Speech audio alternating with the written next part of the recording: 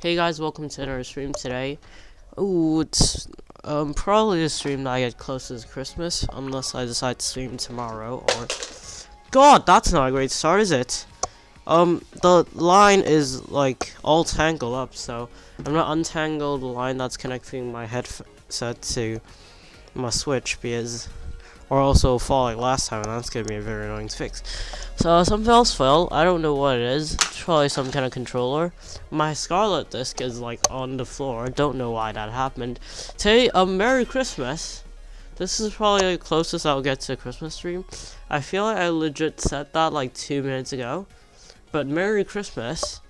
Happy holidays, whatever you like to celebrate. Happy New Year. Today we will be doing two things. One, we will be continuing with the story of Indigo Disc and probably getting us, kind of like speeding through it, because again, I do want to kind of like get the story out of the way. Like, I am like kind of invested in the story stuff, but I definitely do enjoy shiny hunting and getting like good Pokemon and stuff as well, and like completing my Pokedex. So we'll get as close to finishing the story as we can before I lose my sanity and want to do something else. But I do kind of want to also get into offline shiny hunting, completely unrelated. But first things first, we will be fighting the Iron Bundle's 7-star raid, which is happening this weekend,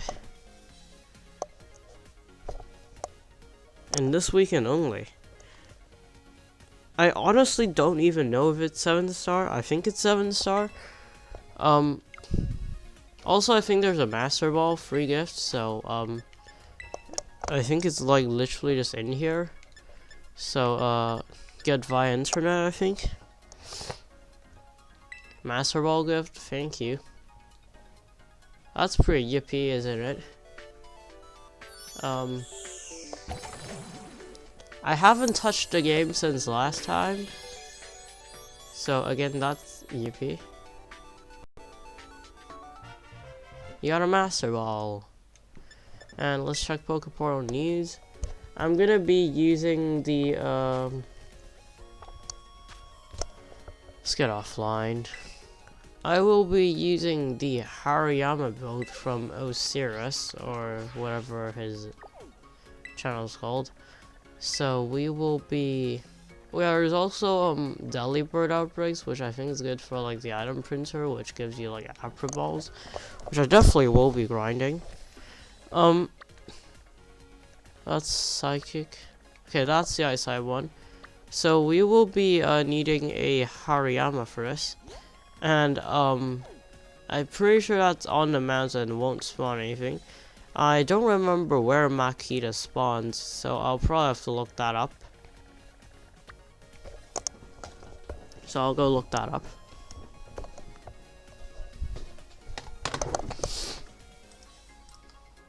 Wait, I can use the Pokedex.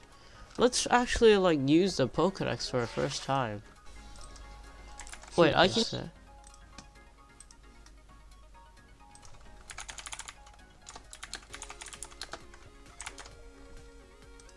Also, I realized oh, do you like my thumbnail? My thumbnail was pretty cool. I realized I had to pee, which I probably should have done before I started to stream, but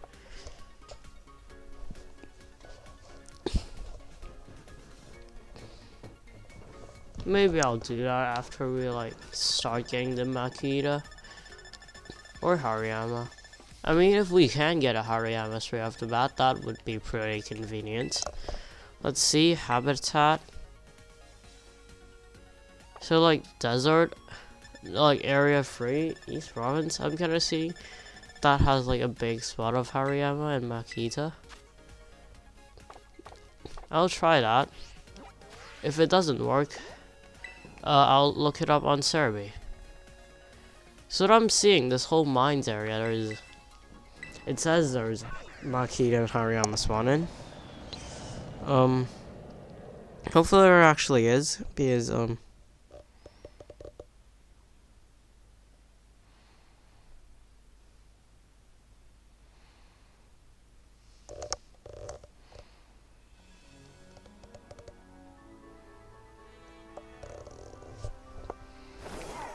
Let's see. So there's a Voltorb, a lot of Voltorb.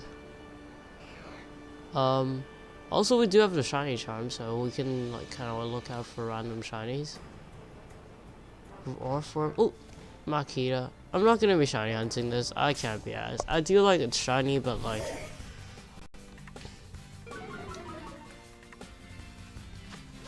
we want thick fat, I think.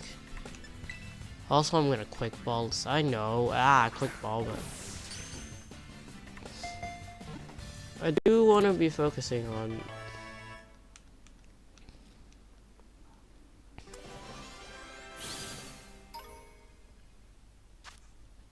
India risk today, so I should check summaries first.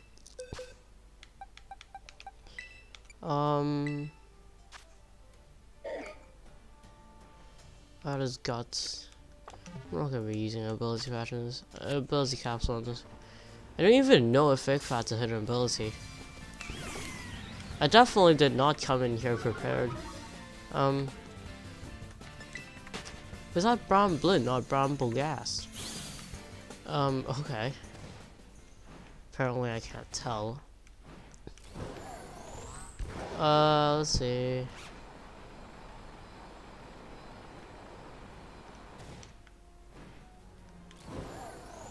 Come on, Makita. Ooh, there is one.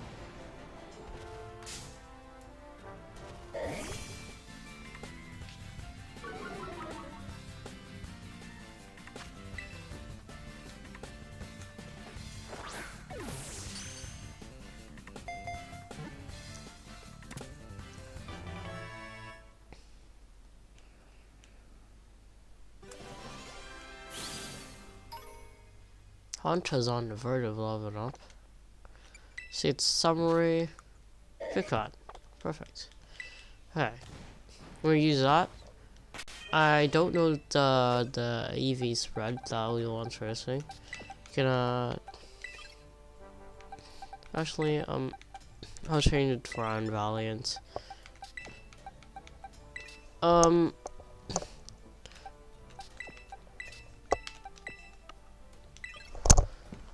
I'll look up the thing, and I'll go pee.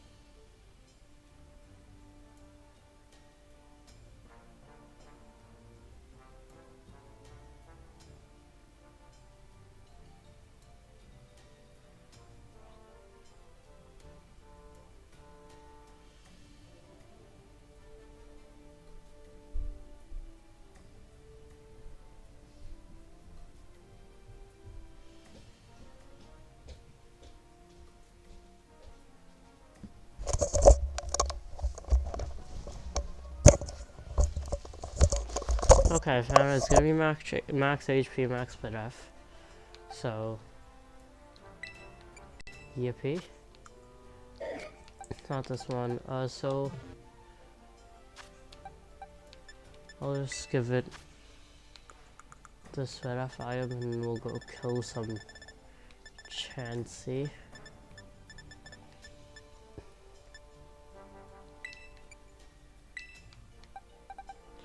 So 252 divided by 8. We're gonna need like...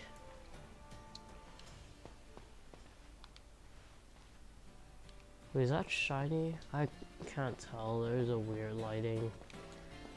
No, okay.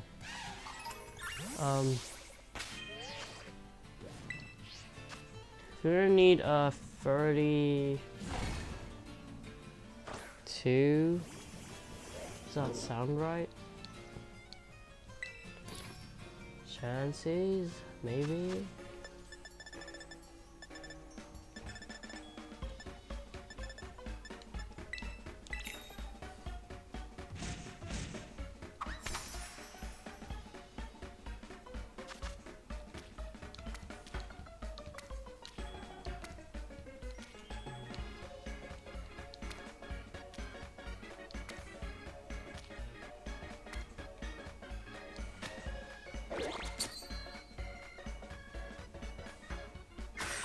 Pig's fallen.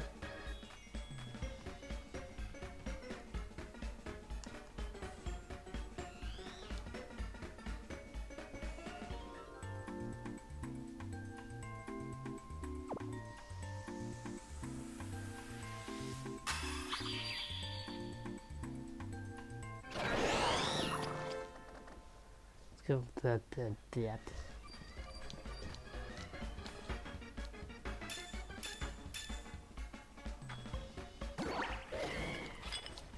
Absolutely beautiful. Pawn chat is leveled up. Everything is going well.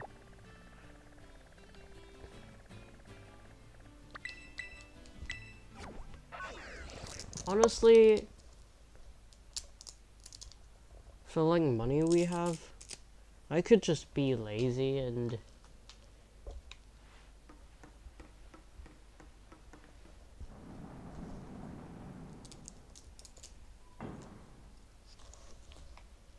buy vitamins. Just a thought.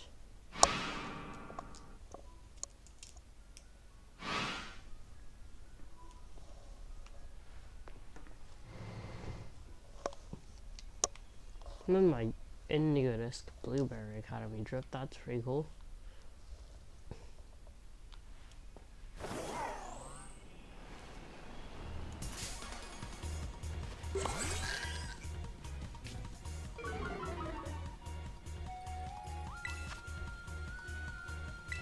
Ooh, that's not gonna be accurate, is it?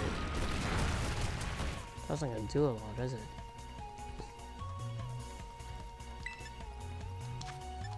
Yeah, I'm gonna change into some level 100 mons. Because one, I do not actually want to be EV communities. I want them to have like random EVs because they're like a playthrough team. I don't think I should try that hard. Oh, okay. Makita's evolving. Yippee.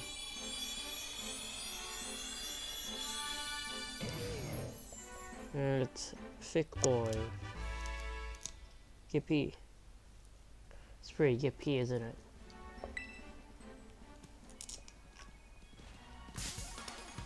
Oh, whoops. I wasn't looking.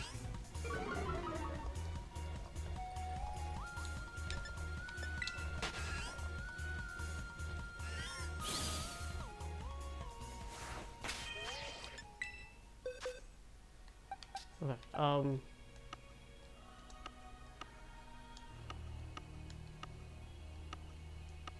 wait, where's my bonds? Okay, there they are. Where's any space to put these? Oh god. I will probably throw some stuff into Pokemon Homes soon. And maybe I'll start like compiling a living dex in there because that's gonna give me motivation to do stuff. Hopefully.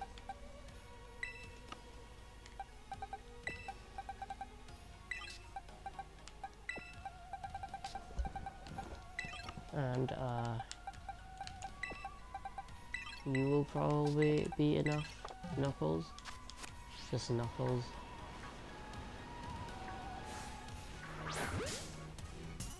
What? I was 100% sure I was aiming at that photograph. But whatever.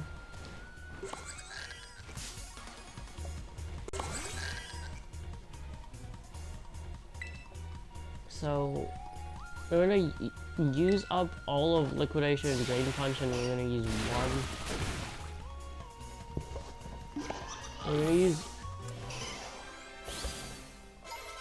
12 Ice Punches. Right?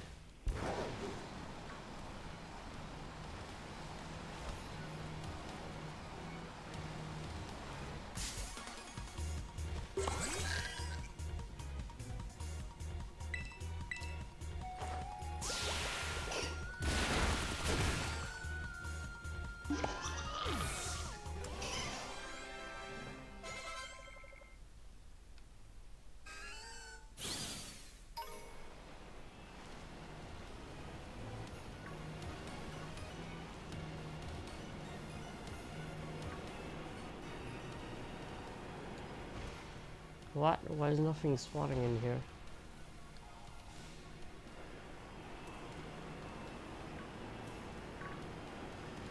What? Where's my Chansey? There it is.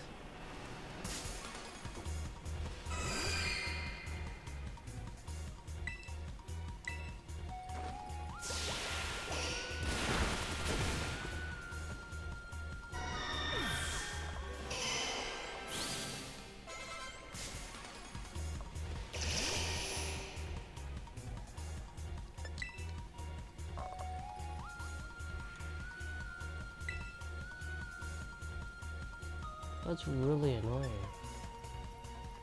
Do I have like a polka doll or something?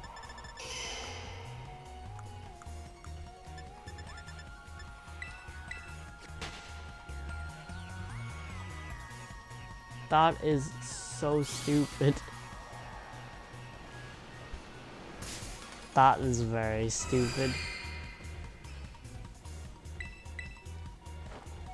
Okay, I'm gonna get some YouTube on to watch because I'm bored. EV train is boring.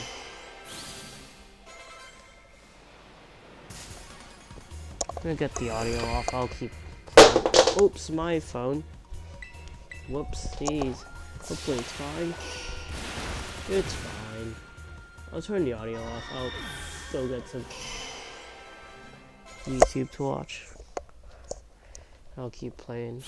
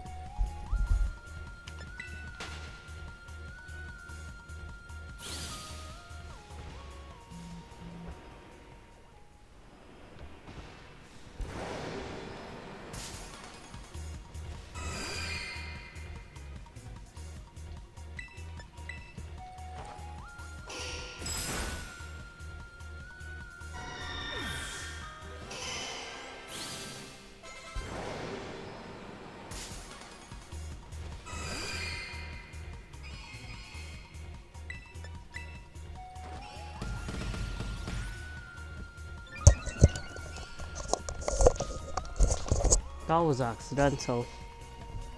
Yippee. I've run out of drain punches, so I guess we'll just be at half HP for the rest of this.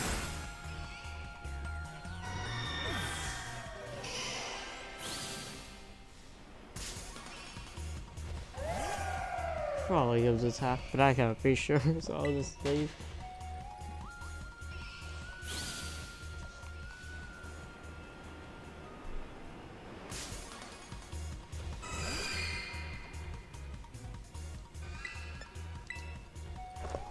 Oh, that's a YouTube one for me to watch, because I can't be asked. No, I can't be asked. I don't. This is boring, basically.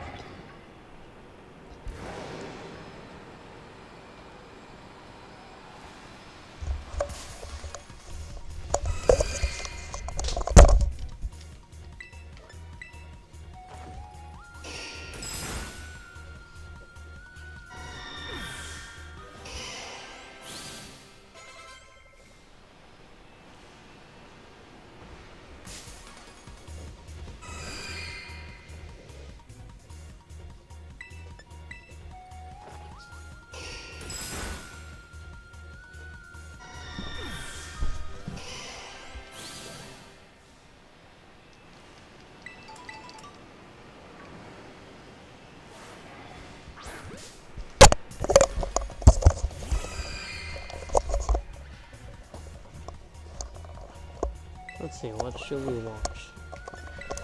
What can we watch?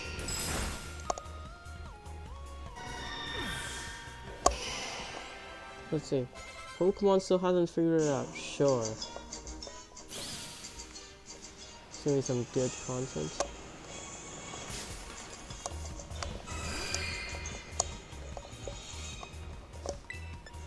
Last episode on Pokemon. Game Freak released a video game so buggy and also ugly that the entire gaming community sent viral videos of its bugs to each other on Twitter for at least an entire week. That was fun. Interestingly enough, the game actually has its merits, and when it comes to gameplay, it actually does some things pretty well. Will Game No shit, bro. time and resources necessary for Pokemon to improve as a series within the third dimension? Or will corporate greed, absurd deadlines, and overall disappointment continue to plague this series? What's next? Well, shit, I don't know. I don't make the damn games.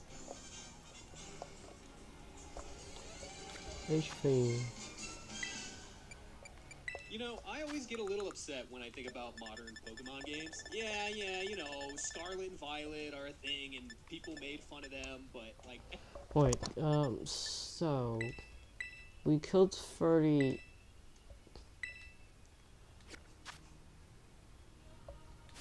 We killed 29 Chansey, which gives 29 times 2, which is 58, and then 2 Farigiraf, which gives 6 total, so that's 64. 252 minus 64. God, who knows? It's like 188 divided by 10, so we have to kill like 19. So use 4 and then we'll change it up when I was like 15 50 on something.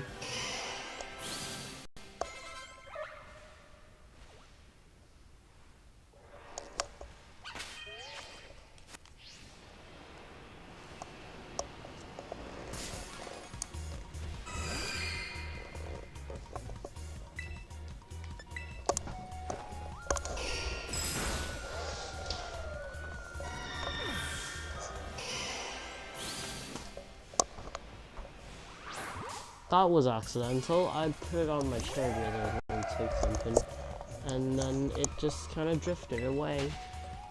That was pretty funny. Oh, by the way, it's like Weirder Raid Day today on Pokemon Go. I got 2 Weirder. They both had terrible IVs, which is pretty sad. And I didn't get a shiny, which I don't care about because it's shiny. It's absolutely whack. I mean, it would be cool to get a shiny and be like, I have shiny Weirder. But I don't, so who cares?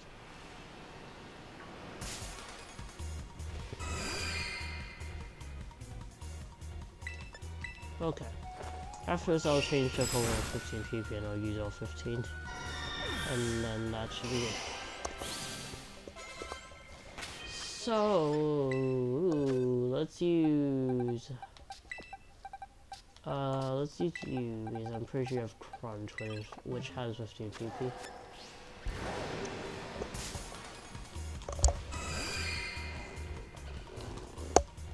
Let's see.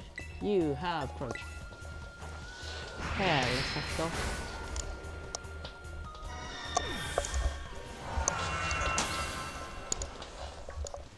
Oh, and it's not level 100 yet, so we can like get it to level 100. Which is fun. Okay. Cool. Yeah, let's continue watching this video. You know, I always get a little upset when I think about Pokemon games. Yeah, you know, Scarlet and Violet are a thing, and people made fun of them, but at the same time, there is still some good gaming in there somewhere. And then I think about how awful the Diamond and Pearl remakes were, but then I think about Pokemon Legends Arceus, and it's like, okay, guys, Don't compare BDSP with Playa. Variety of quality and ideas happening all throughout the games, and it's so frustrating to see this because it's like, dude, Pokemon should be the game. Pokemon as an IP has such insane potential that it hurts. We have an entire generation that grew up playing during the initial Pokemon craze, who have all dreamed of what a fully realized Pokemon game and world could look like and be with high fidelity and polish and world design. Everyone thought that the Switch would finally be the console to firmly establish that game. And while we've got games that sort of give us that, it's still not really there yet. Pokemon Legends Arceus has been the closest I've felt to that same feeling I got as a kid when playing a Pokemon game. That feeling of excitement and wonder about exploring a brand new world, not knowing what's going on or what's going to happen next, that feeling is what Pokemon needs. That sense of wonder. And honestly, it kind of feels like Game Freak has lost the fact that that is the priority, right? When I think back to my favorite Pokemon games, besides the actual Pokemon, right, that's kind of a given. The world is what really is at the forefront of those games. The region itself is actually designed. That might be the most important part of the series, besides the pictures themselves. This brings us to the main things. 1, the world itself. 2, how the Pokemon interact in that world. And 3, how the player interacts in it. That loop has so much room. 10 more until we're done, Gippy. Yet to the degree that would give us a universally praised game. We have seen the recent games experiment with new mechanics, which has been great, right? The loop Pokemon Arceus has, it was honestly really fun and addictive. I love the ability for Pokemon to feel imposing, right? And the whole alpha Pokemon thing, that helped that out a lot.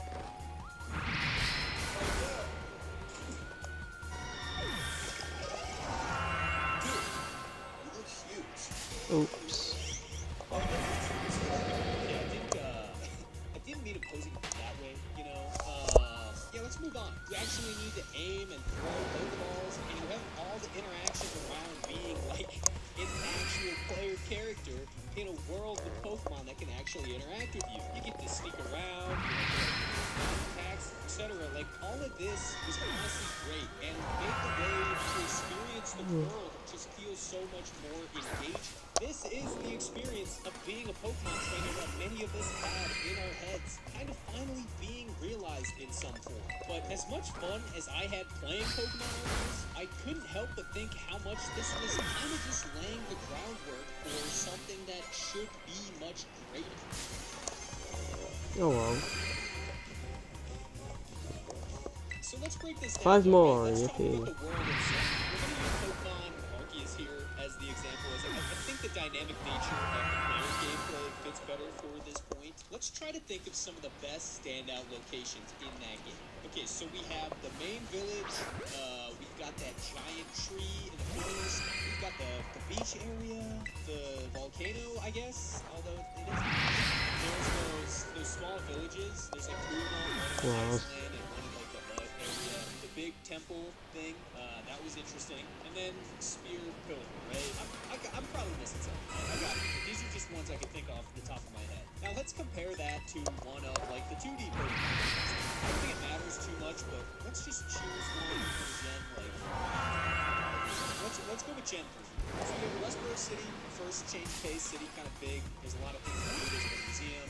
You've got the cave near that, which is interesting. It's got a different Two tile more. set than some of the other caves. The island that you take the boat to, you take a boat, and that's also interesting. There's a boat ride. There's a cave on that island. It's a little different. It's dark now, so it gets a change of pace from Westboro's cave. Of course, there's Slaveport City. It's just a port town, and there's lots to do and see in there. Of course, you've got the Viking Bridge, which is interesting. There's the Mystery House. You have the desert. It has a sandstorm, and it's got that fossil tower, which is a interesting little dungeon thing. You've got the I sunken think ship. we You've should got the be route done. that has the ashes falling. You've got the moon-like cave. You get the point here. I can go on and on. And you have the city that Cool. you literally have to So we need dive to 4 and then attack. surface up inside this like So crater lake-esque situation. I'll And give it's it so unique. And there are so many of these unique environments in that world. the attack right? So item. you kind of get the point, right? Like the amount of memorable locations, it exceeds probably what we get in Arceus and Scarlet and Violet combined. Yeah, I know what you're gonna say. Stony, you don't like the modern Pokemon worlds as much as you used to because you're just not a kid anymore. Everybody knows that. You just remember the older game more fondly and blah, blah, blah. And it's like, dude, I don't know, man. I don't really think that's the case. I wasn't really a little kid anymore Okay, in high like school when I was playing Black and White 1 and 2, and I can say the same an thing about Iron that world. Hands. There is a clear distinction these games have with the world design, like I mentioned. The thing is, this fix is honestly not that hard to conceptualize. We've seen Game Freak attempt to make open world Pokemon games in 3D now a couple of times, and what needs to improve is it's just implementing more interesting and diverse locations with more to do within the region itself that feels substantial. The way the world seems to be designed currently feels, it's kind of like, okay, we feel have like this something's mid-zone, happening. let's spice it up by doing the classic snowy area over here, we're gonna have the rocky area over there. It's like, okay, that's a start, but if we really want to make something more interesting, we're gonna need to just insert more defined locations. I mean, obviously more towns would be great, right? More actual town locations, because those are the easy ones. You can have a bunch of different style of buildings and architecture in each location, and then you can use Okay, it these should be towns as adamant. connective tissue for the routes to be interesting as well, right? That gives you some sort of foundation to work upon. Scarlet and Violet at least had like a decent amount of them scattered around the world, but I don't know, they still didn't nearly hit as hard. Okay, let me see. Give it the covert cloak. I'm pretty sure Chevy has one, so I'll take it from there because I can't be asked to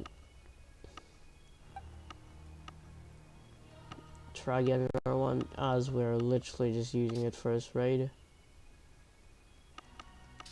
What the hell is Chevy? Oh my god. That's not Chevy, that's the one in the heal ball.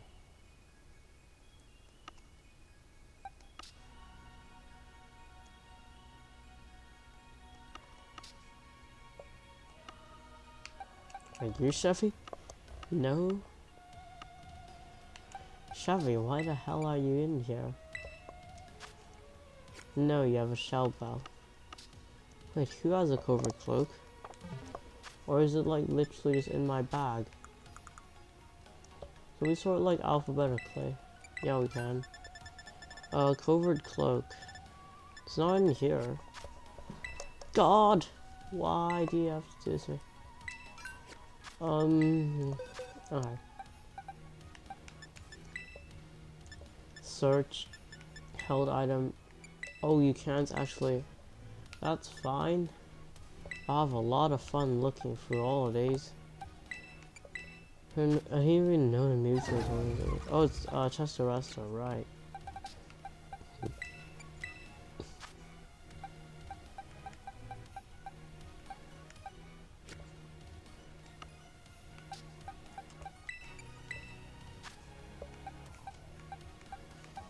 Actually, I'll take this back.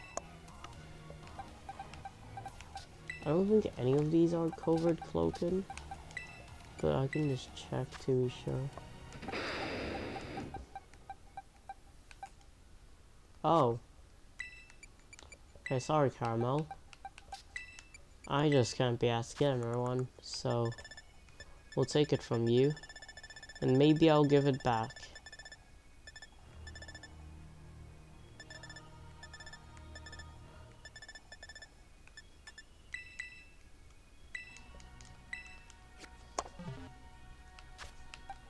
Okay, moveset.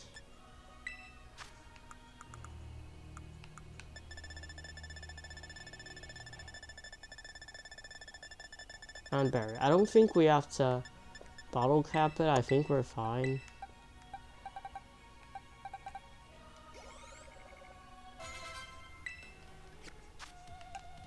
Moveset.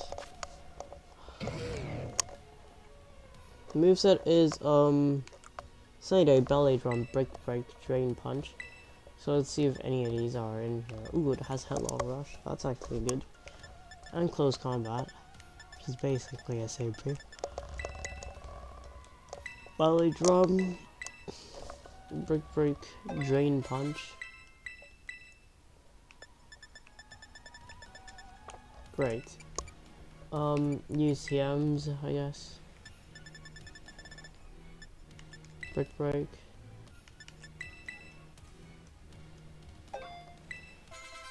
I see Sunny Day. We have way too many Sunny Day TMs.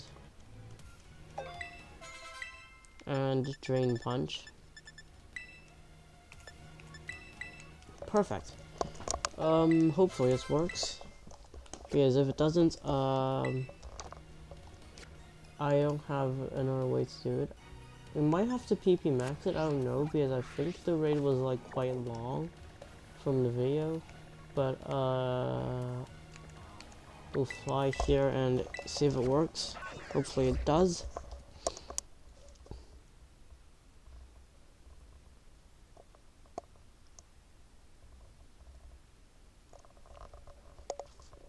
Some of the towns in the past games. I feel like they were somewhat integrated into the environment well, but they didn't really have that refined feel as they should. They mostly all lack any interior.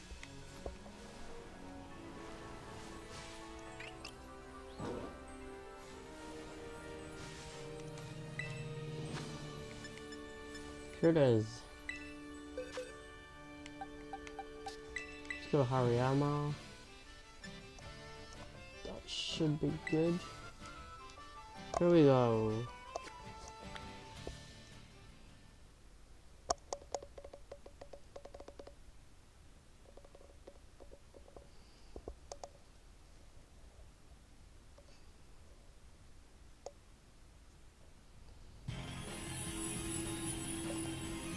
There it is, Big Boy Iron Bundle.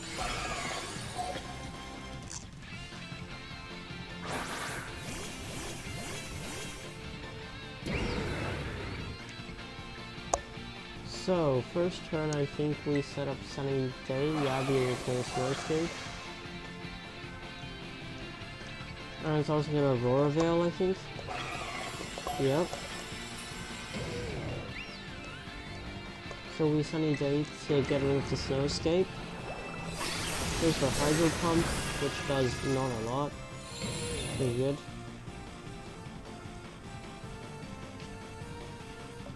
And I think now we Belly Drum. We might not. Oh, it misses. That's perfect. Okay, we are in a great spot, I think. Honestly, I don't know.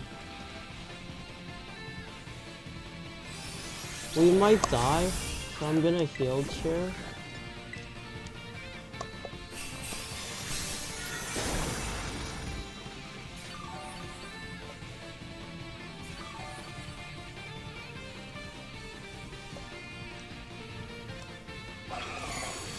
Go for Blizzard. We take that. And now we Brick Break. Let's get rid of Aurora Veil. We have the covert cloak so we don't get like frozen.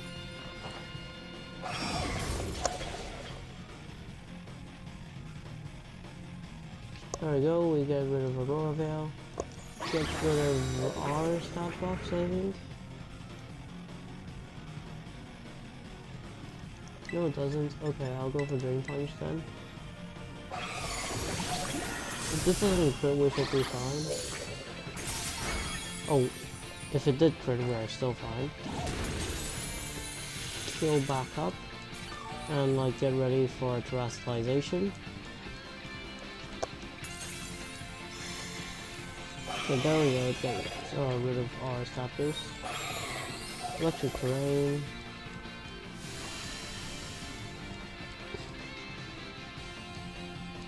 Quick drive. It's gonna be defense. Wait, it's defense? Wasn't it like supposed to be like speed? What? I was scammed.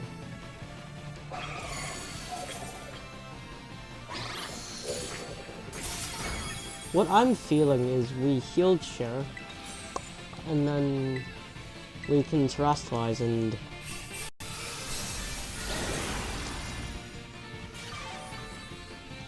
belly drum.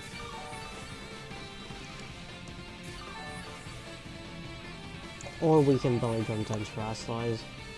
I don't think that really matters. Its moves are not really doing much stuff. Yeah, it's doing like 30 damage, we're gonna take 10 hours. So I can belly drum right here.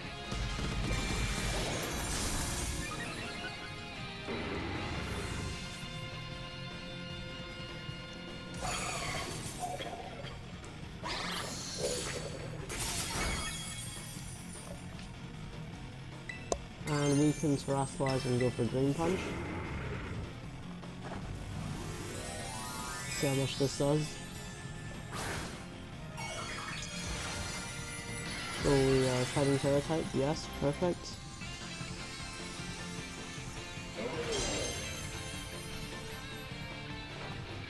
Go for Drain Punch. And it does quite a bit. That's pretty good. Considering it's freaking Hariyama for attack investment, yeah, that's pretty good. Oh, it sets that back up. So I will use Sunny Day to get rid of that.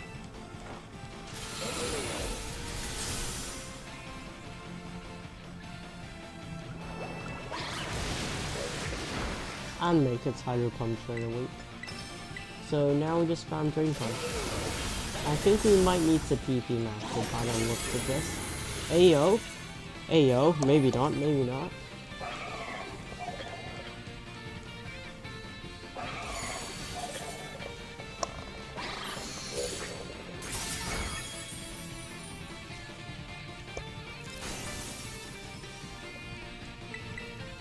No! What? Why did...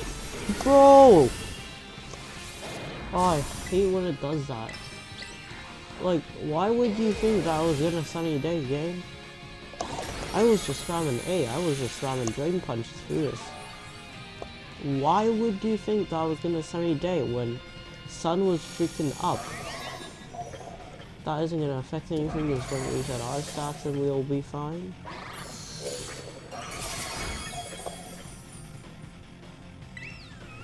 Yeah, I hate when it does that. Like, stop trying to change my moves.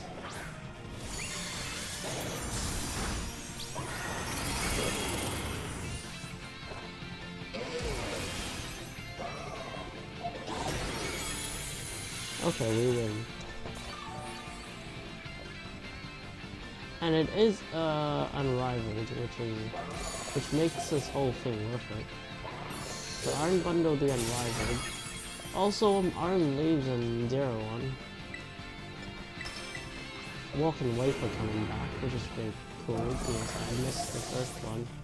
I was thinking that they have this DLC with Dara 2 forms, but they're still not in. Like, that whole thing is kind of stupid. I mean, I don't get why you should have like 2 legendaries that are like... I mean, 2 literal Paradox forms. Chilling water. A bit late to pull that out. 2 literal just Paradox forms to be like event exclusive. If it's gonna be like a mythical, yeah, fine, but like... It's pretty stupid. Like, even if I have it, which I will, I still think that the decision to make it event exclusive is pretty stupid. Because, like, literally no one's gaining from that. Like, what does Game Freak gain from making Iron Legion Walk and Wake event exclusive? Anyways, Timer Ball. I have decided, and I think that Timer Ball is perfect. Like, look, it's red, white, and black. It's a paradox form from the future. And Iron Bundle is red and chrome.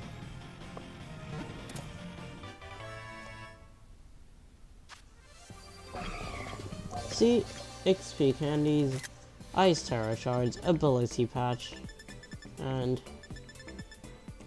Ice Terra Shards, XP candies. Nice. Let's look at its stats and stuff, and then we'll go back to our Indigo Disc playthrough. Yippee. It's daytime now. Unbundled Paradox Pokemon. Some pretty good stuff. I think as long as I don't go online in the next few days, I'll still have Delibird, which is pretty cool. Iron Bundle on 1 HP. It is a modest 6 IV.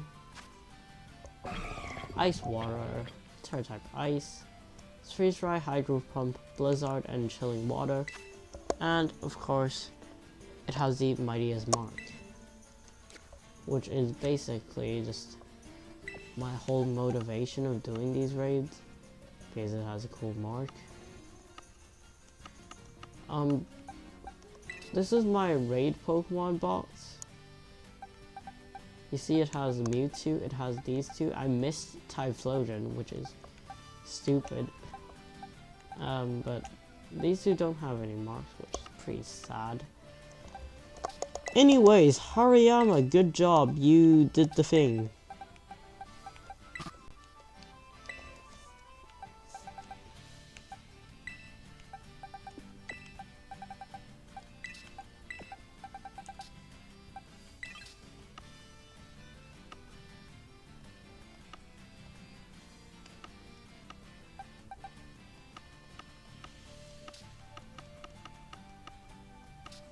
Where's my Iron Valiant? I want to put it in the party just so it can help us catch Duraludon.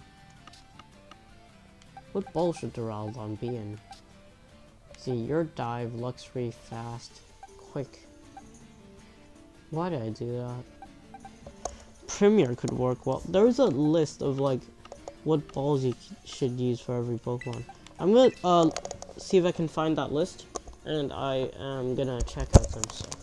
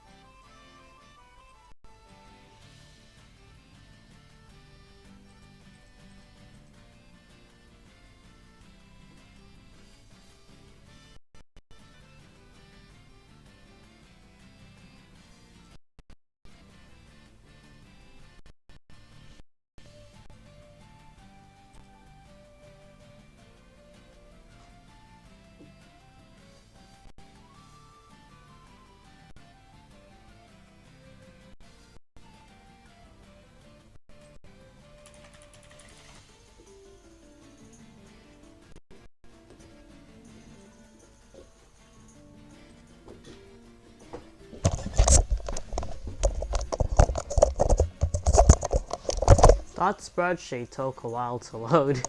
That wasn't great. Apparently the legal, quote unquote, matching Pokeballs, the acceptable balls to use on Arcaludon are Great Ball and Heavy Ball. I don't think I'm gonna be using my Heavy Ball on a playthrough Pokemon anytime soon, so I guess we're gonna use a Great Ball on the DorianDaBanny we catch, which is pretty interesting because I was expecting something like, I don't know. So we're gonna start doing the BB League, but before that I will check out the polar biome, because I am pretty sure that, well, I'll check out 2 biomes that we haven't been to, the rocky one, the mountainous one, and the polar biome. I'm pretty sure Duraludon spawns in polar biome. Ah, my phone dropped again.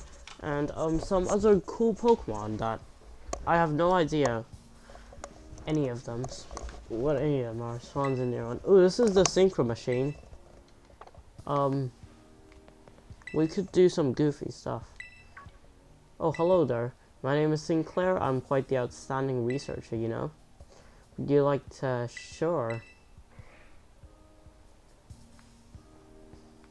It's a spirit. Let's head over to the test area. You'll need to have a Pokemon out of its ball for this experiment.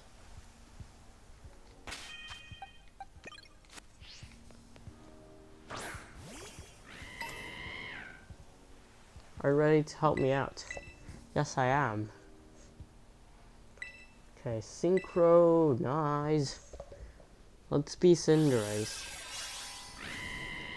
Your mind and feelings are now synchronized with those of your Pokemon. Now that you're all synced up, your Pokemon will move as directed by your thoughts. Start with a movement test. There's a tree in front of your Pokemon. Try moving over there. Look at how fast my boy is. Look at him.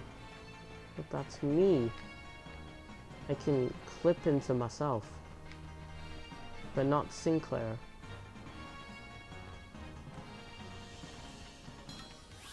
Yippee. I am tree. That's it? That was a bit disappointing. Oh, you get stuff for helping her. Sure.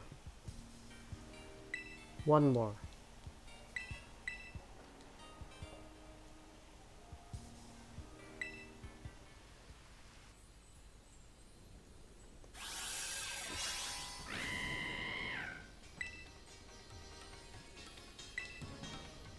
Okay, we battle. Oh, sorry. Let's kill this unsuspecting tyrant. Let's kill this Graveler. What? I died? Oh, it's because I'm weak to... Right.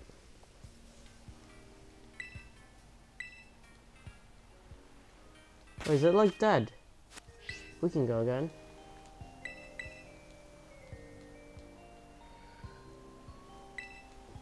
Okay, don't kill Graveler.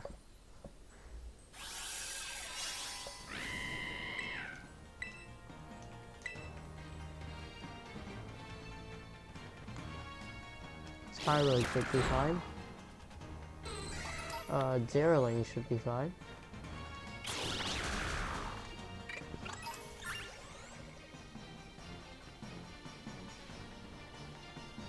Tyro again. I win.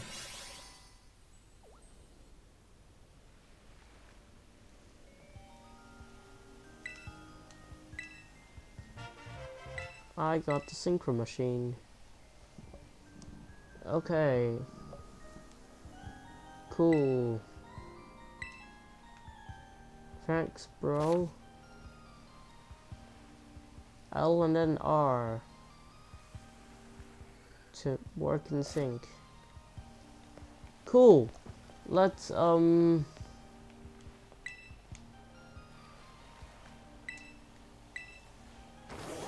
go do some stuff. Kieran's interesting.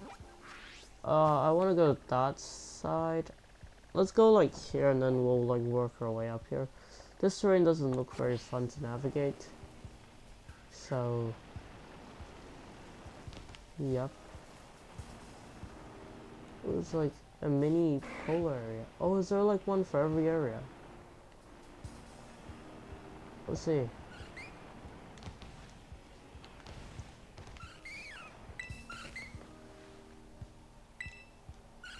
Infrared and ultraviolet.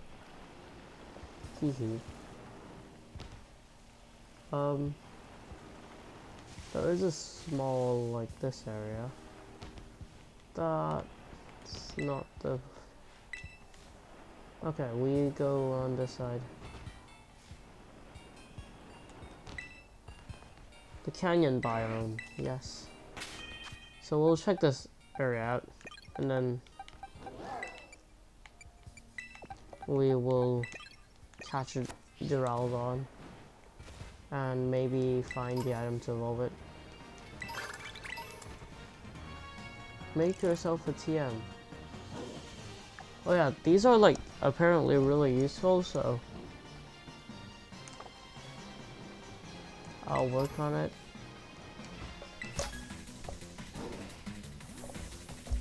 Use cannon bomb. Yes, this is the first time I've been here.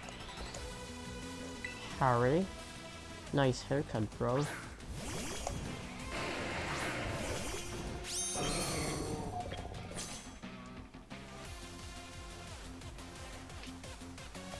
It's a Graveler and Fracture. No idea what this means, but I feel like if I target that, we should be fine. And I can protect. And hope we don't miss. Because I don't think Fracture is really a big threat. Yeah? Oh right, it has 30, I forgot. I kinda forgot. Oopsie whoop. Whoopsie whoop. I think we're dead. Use Stone Edge on. Good job.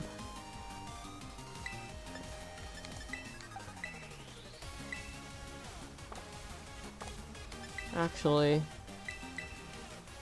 we do that. And then we Icy Wind.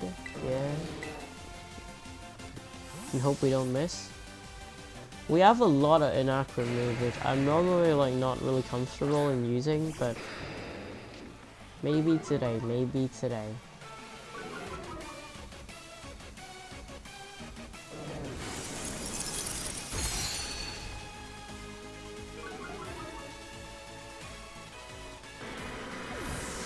Apparently we just outspeed both of them.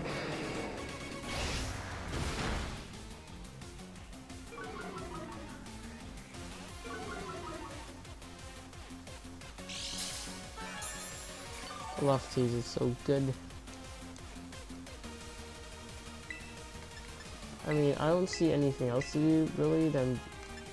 I mean, we can probably do some crap like that.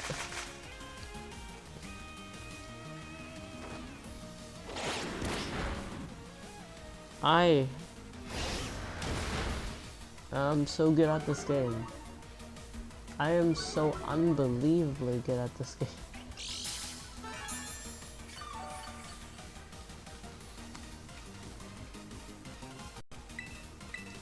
I was just going for knockoff because I wouldn't miss. Let's do Helping Hand again. Clap, clap, clap, clap, clap.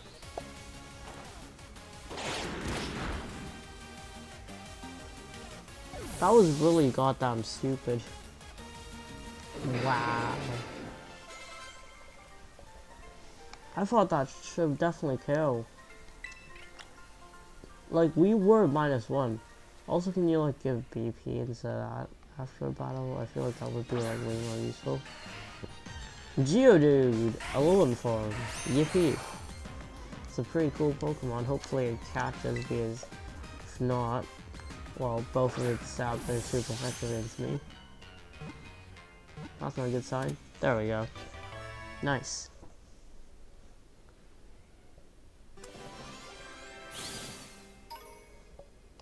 Yeah, Geodude Fragment. Geodude, the rock Pokemon, Alolan form. If you step on a Geodude sleeping on the ground, you'll hear a zapping sound and feel a tingling shock throughout your entire body. That sounds great.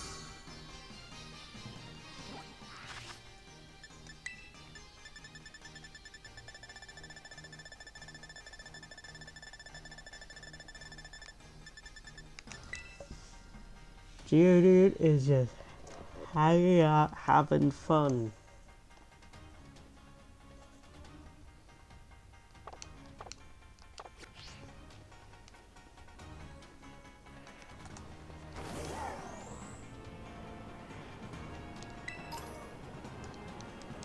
Oh, we don't have a Tyro yet, do we?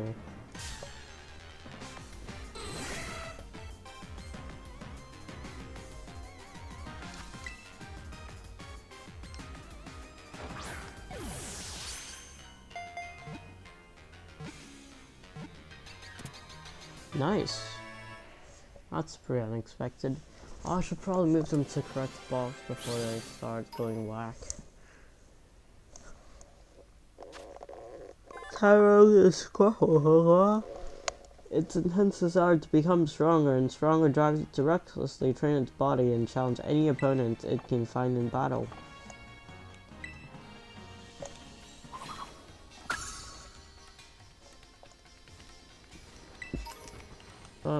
Yeah, let's move them to the correct box. Okay, luckily I only caught 2 Pokemon. Okay, we have one more free box after, so that should do for the time being.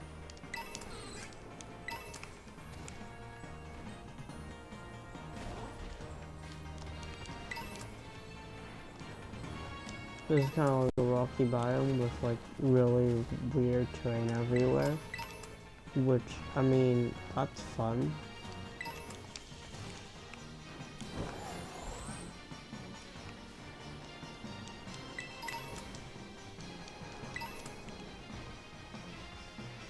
But all I'm seeing in this part is those 3 lines. So, can we go up here? Maybe there's like stuff on top of the rock. No.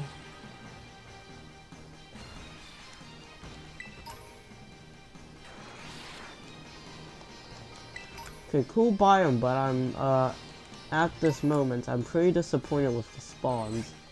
Because literally all I'm seeing is Alolan Geodude, Alolan Graveler, Tyrogue, and Deerling and Sawsbuck. And this is Tyrogue. They are running across the bridge.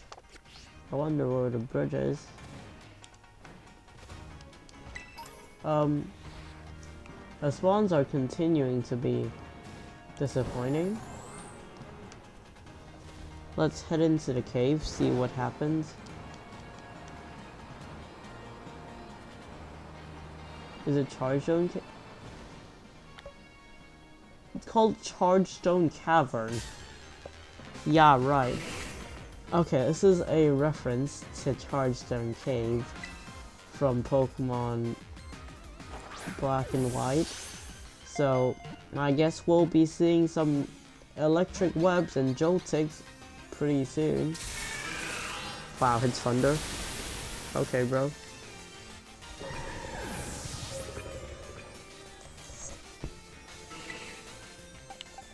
There's also Dollyboard outbreaks literally everywhere, and I'm pretty sure Shine Chance is like 1 in 200, which is absolutely OP.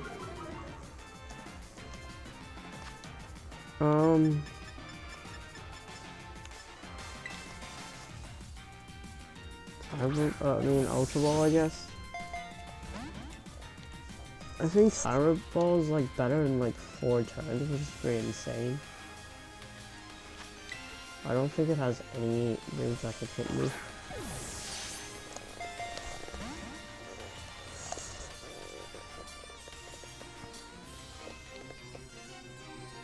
I mean, Rock Slide probably wouldn't kill. Low kick. Why didn't you use that earlier?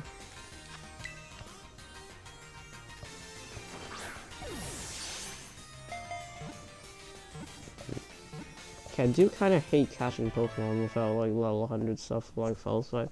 This is pretty saddening.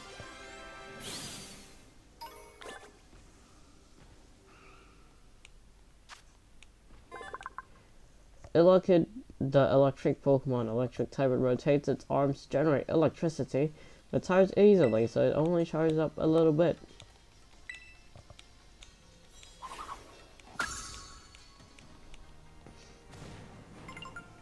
Ooh, we can get a reward for having 101 out of 240.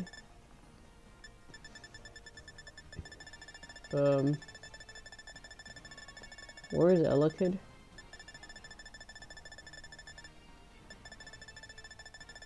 Huh? Oh, it's here.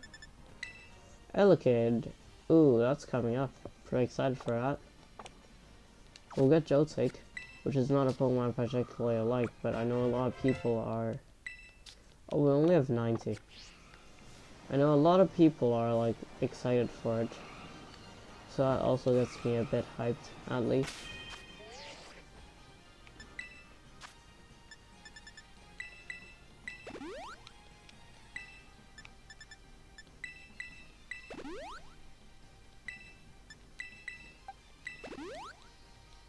Well, apparently I can't math. It's fine. Oh, look, they are surrounding me.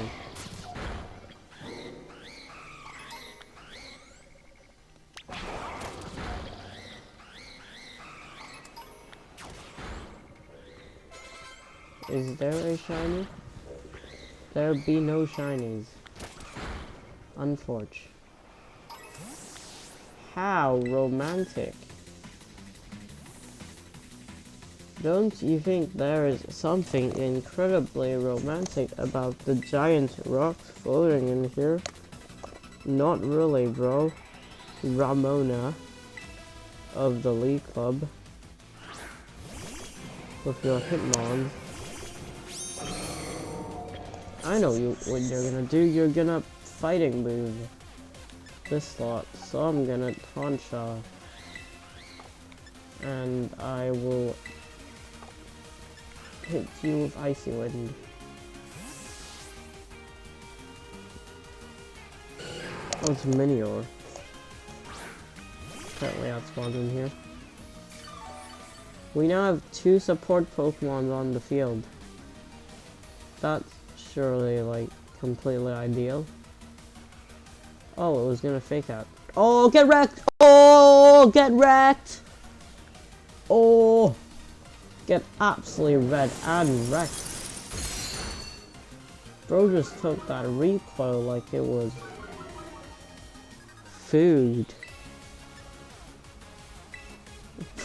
What if I literally just, like, do that and then, like, I don't know, switch into Iron Bundle?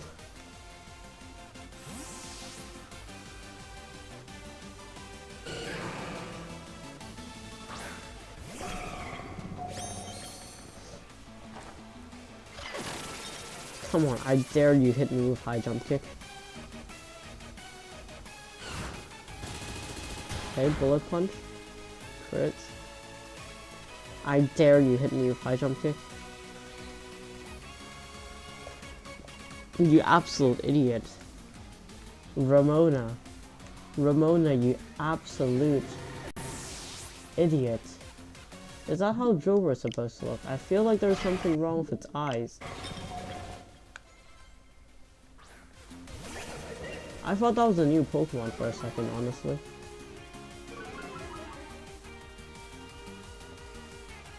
I feel like there is something wrong with that Jolberry, but I can't really hit what's wrong.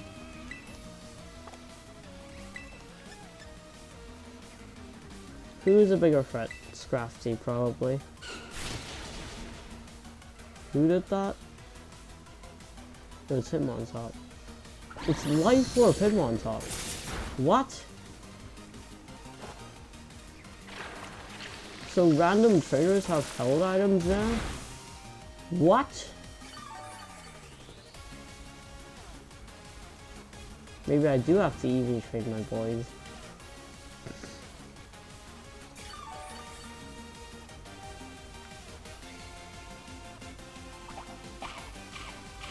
What?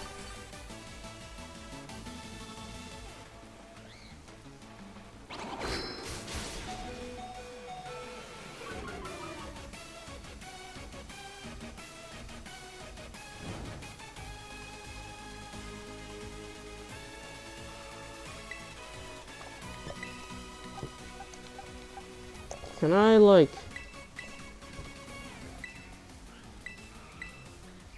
Oh, God. Okay. Right. I strength sap. You probably have more attack. And I will protect you.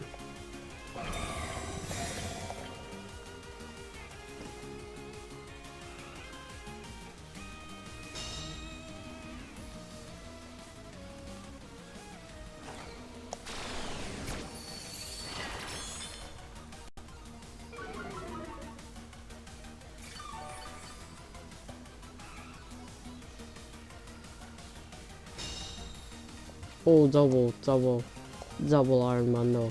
Come on, double into iron bundle. Come on, double into iron bundle. Wait, did the Hitmon... Wait, I'm... Okay. Okay. We match a gacha. Do we match a gacha? We match a gacha. I'll probably kill Hitmontop and I'll freeze dry you. Never mind. Oh, they did double iron bundle. Okay. Hitmontop probably just killed itself using life orb and burn or whatever. Oh god. How's it still raining? What's going on? I'm really confused. This battle's been going on a while.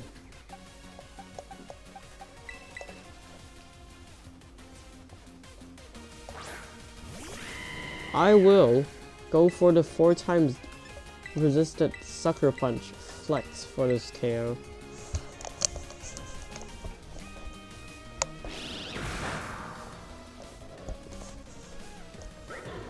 Oh my god, that was wacky. Maybe I do have to EV train my stuff.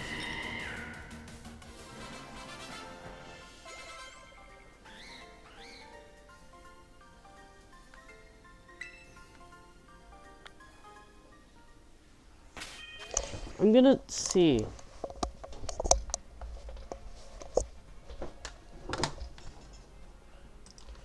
Do indigo disc trainers have EVs?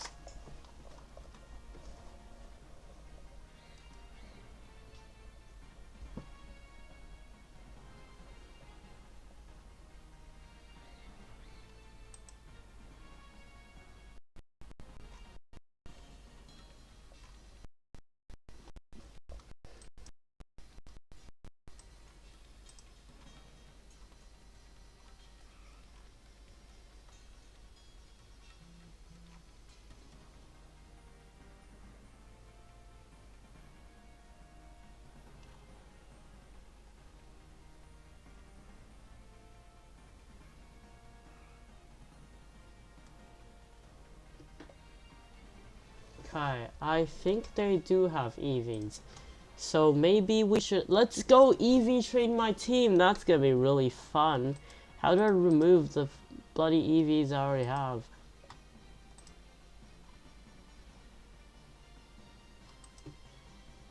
Berries, right.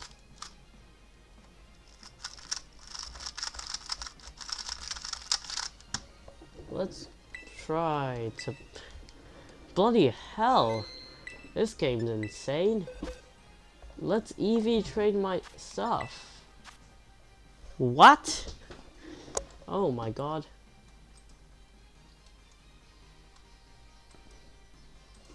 Okay. Let's give berries to them.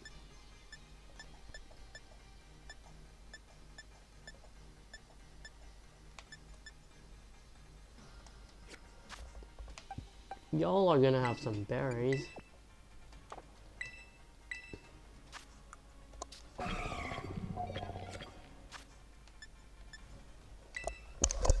I didn't expect that to be actually. Okay, this stream's gonna take a turn.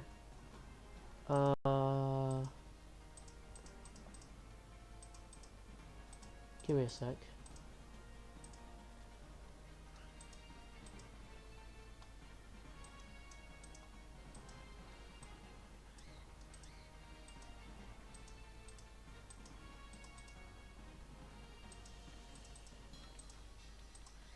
I can't be asked to like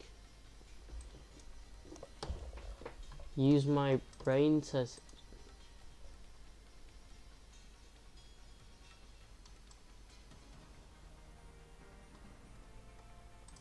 find spreads, so I'm gonna use the spreads that Pokemon Showdown gives me.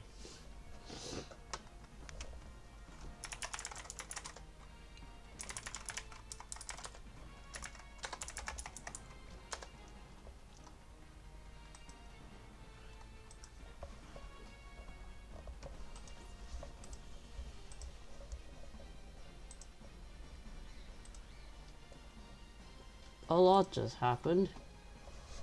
A lot happened in the last 5 minutes, honestly.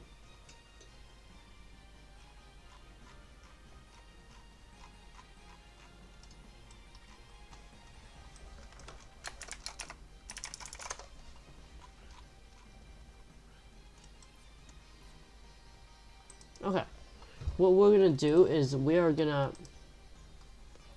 go catch Duraludon, and then we're gonna EV train my team. Because apparently we need EVs. Maybe. Probably. So, there is a lot of new Pokemon in here. Like Plusle and Joltik.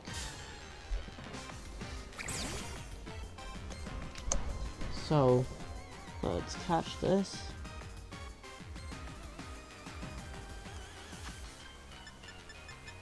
Buddy Focus Sash is very useful.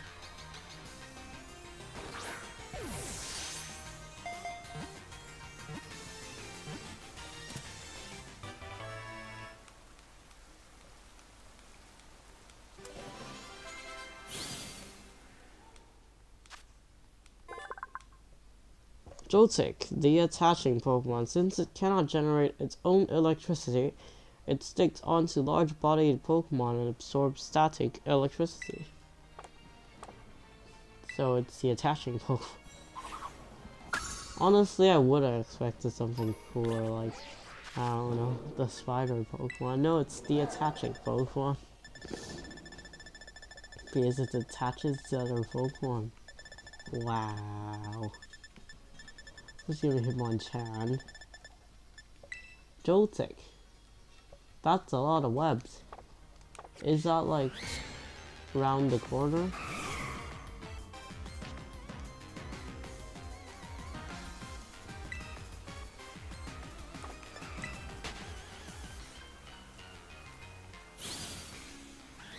Let's see if it's round the corner. That's new, I think. I don't remember. There's like floating crystals. There it is.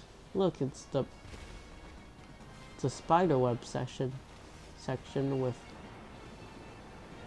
Galvantula. That's spooky. Whoa, I just got charged. Okay, plan.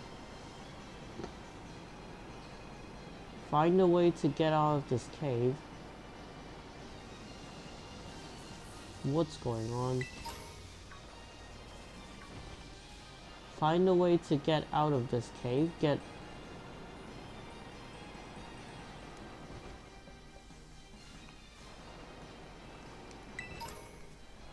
Change of plans, teleport out of this cave.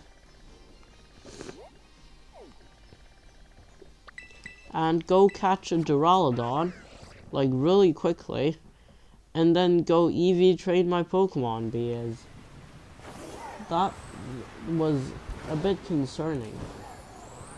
That was a bit concerning.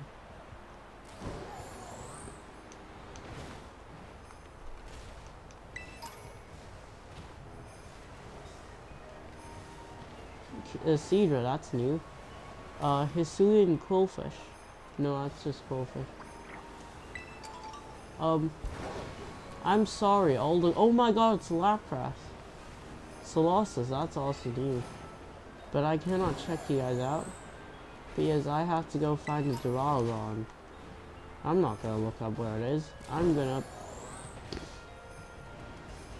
It's a Lowland Sandshrew. That's very cool.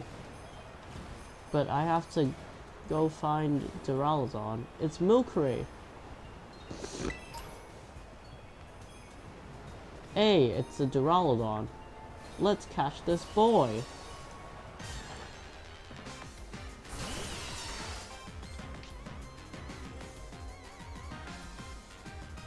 In a Great Ball because I'm stubborn.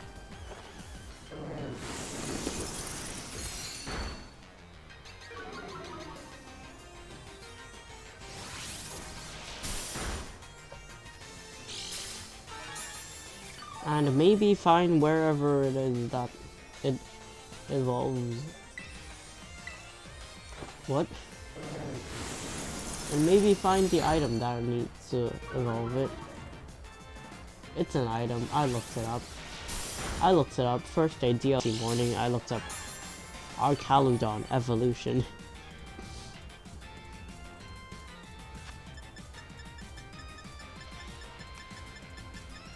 I mean, apparently we have 2 heavy rolls. I'm not gonna use them. Like, although I'm probably gonna get more using Pokeball Lotto.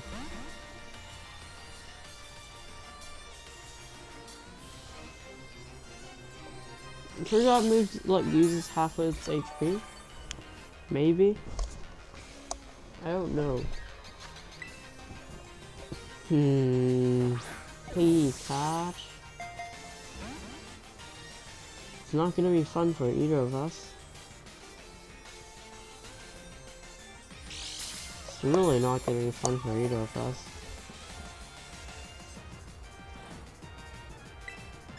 Maybe if I like muddy water once.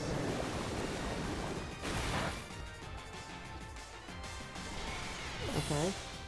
Will we find another one?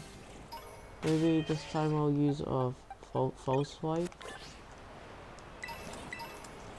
Oh god. If that was a rare spawn, I'm gonna cry. It's Minior. Is it shiny? It's not. It's not a rare spawn. It's fine. It's fine. It's fine. Let's full swipe it. Oh god.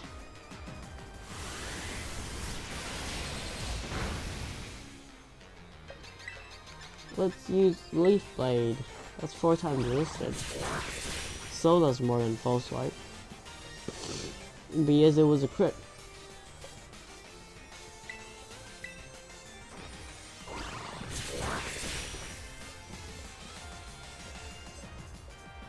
Nice miss. Affection the thing.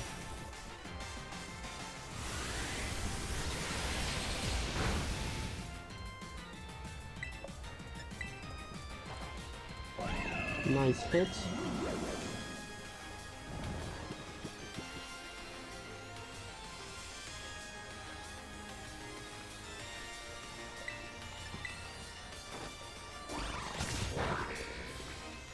Just don't wake up. Cool. Yippee. Let's do that.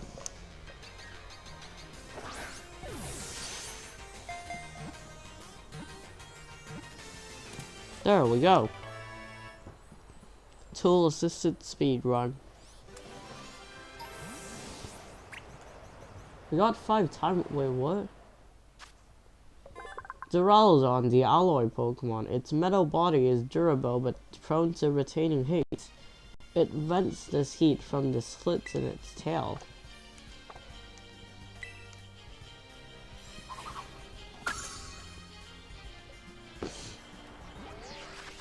I bet Duraludon has a very cool looking Pokedex page. It's cool. There it is. It's the big boy. Let's go EV train my Pokemon. It's gonna be really fun.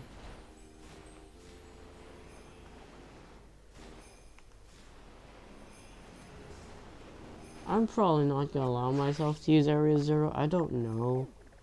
Because Area Zero has like very high level Pokemon. That's gonna mess with my stuff.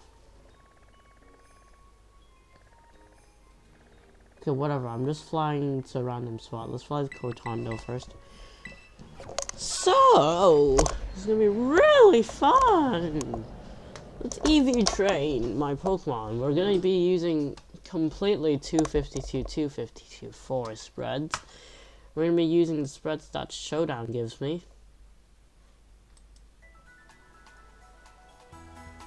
First, let's EV train speed Pokemon by EV yield. Is that a thing? Yes, it is. Speed!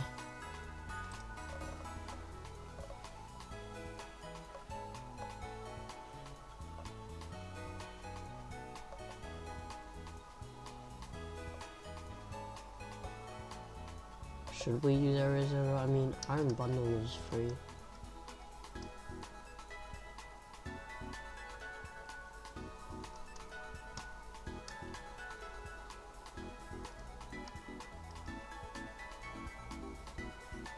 Okay, no, like Pikachu is too. We can find Pikachu pretty easily. Where's Pikachu spawn?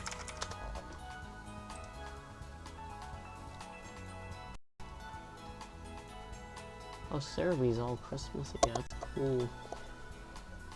It spawns in. Why am I in Gen 7? It spawns in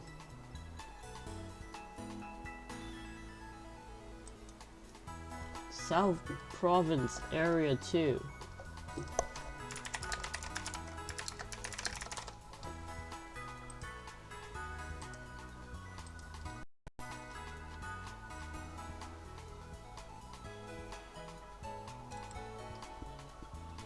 In the forest.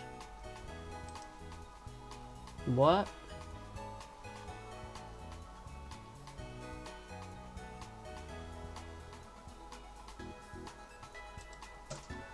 Is there like another spot that like it spawns like more? It's the mascot. Okay, there's 4 Pokemon that we have to train speed for. That's pretty yippee.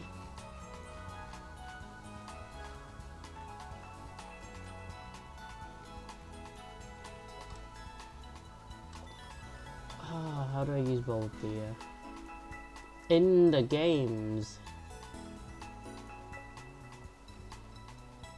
Game data, yes.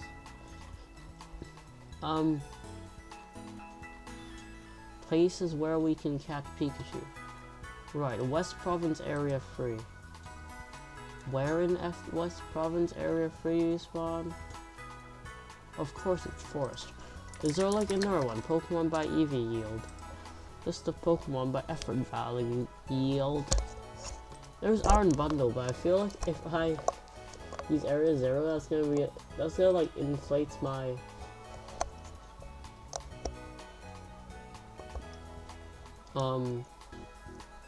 it's gonna inflate my levels way too much.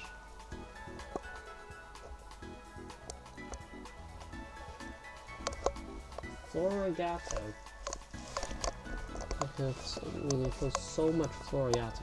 Cyclozar, perfect. So we can make a dragon sandwich in Carol level 1. So let's do this thing. Let's go to here. Go to Mezagoza, heal, buy like 2 power speed things.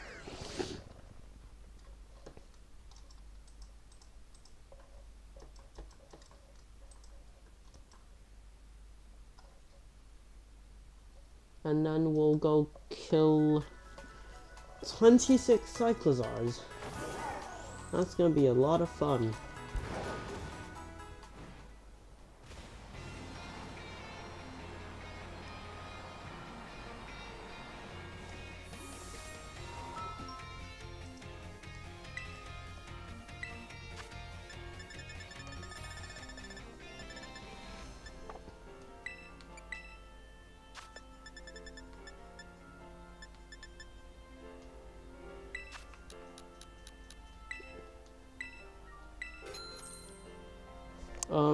I mean, let's buy our ones as well. Defense, we have... I can't be asked to buy our ones. Let's go kill some Cyclozar.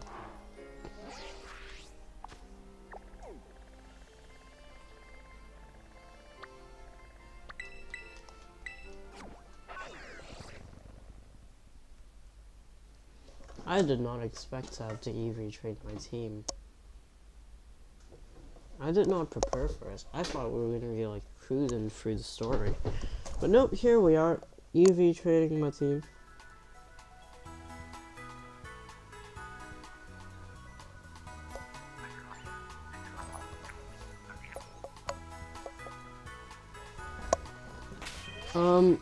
Let's give them the berries so I get rid of all their EVs. They're unwanted EVs, actually. Let's switch Duralon in.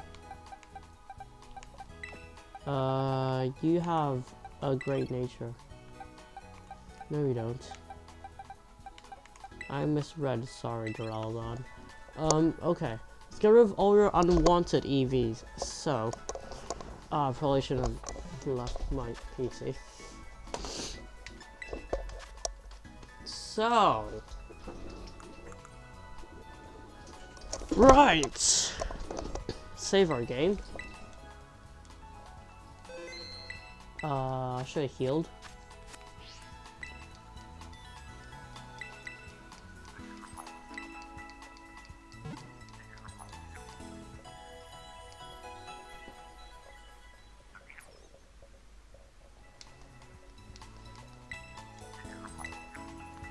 So,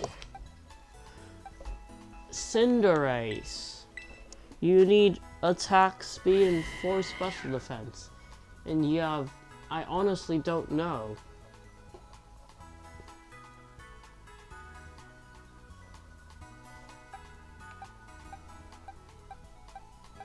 I think I'll just give you like 1 berry for every stat except attack and speed.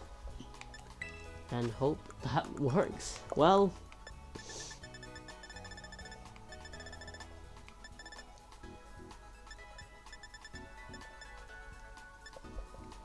So HP.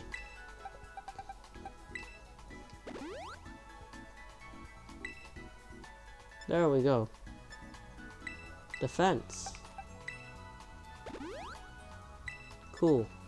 Spatak.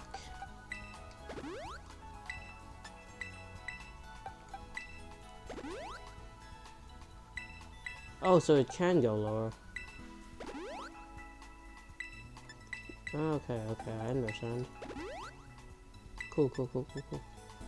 So, Sinistchad wants full HP, full defense. Cool.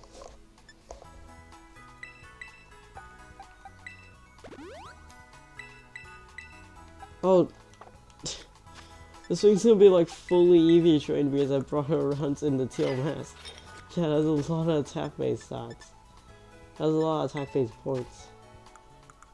Has a lot of attack EVs? It has a lot of attack EVs. Let's give it like 4. Let's give it like 2. It still has attack EVs. Okay, there we go. I might have wasted like 1 or 2, but it's fine. Spatak, it needs 4. So, but we'll just get rid of all of them.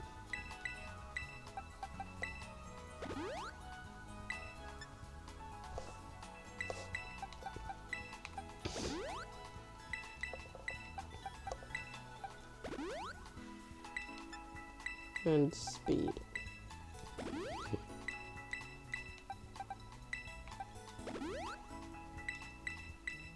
Why do you still have...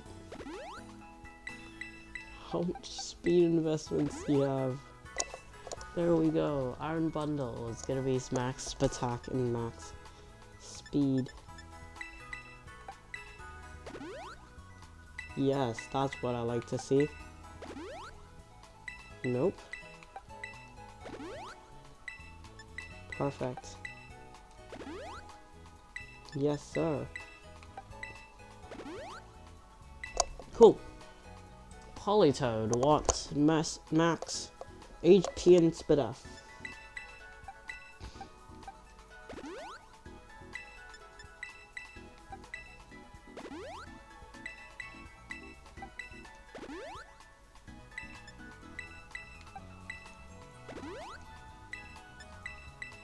That's what I like to see.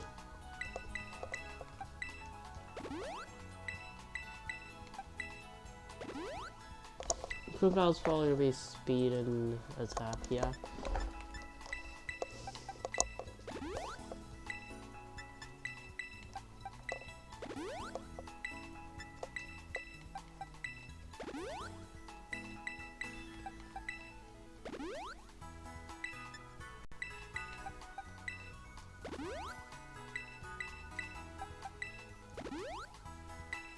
Okay, let's just check these out. You should have these. Yeah, you have a bit for. Yeah.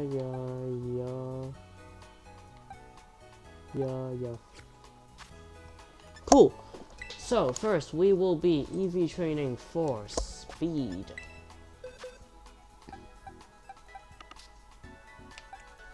Who does not want speed? So let me just get this in the order that I have it on my showdown, just to make it a bit easier for me to read. So, the two that do not want speed are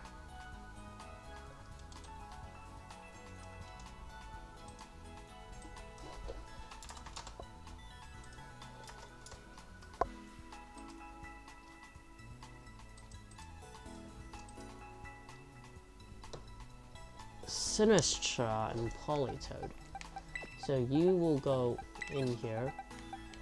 You will go in here. Everyone else will get some power items. I did not expect to have to do this for this freaking team. Power anklet.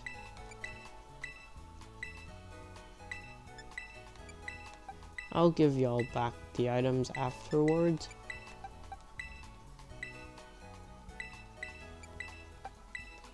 Okay, cool.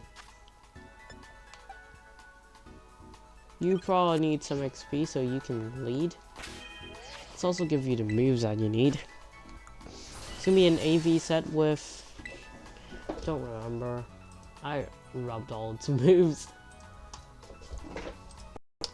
Down.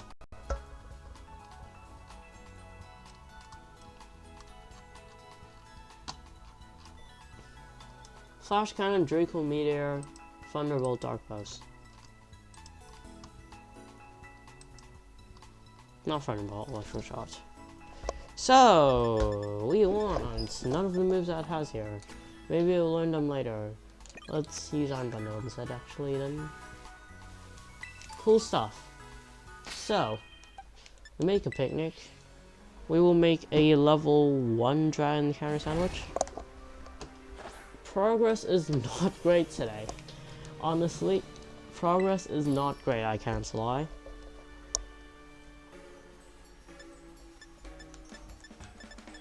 Look out for the word dragon.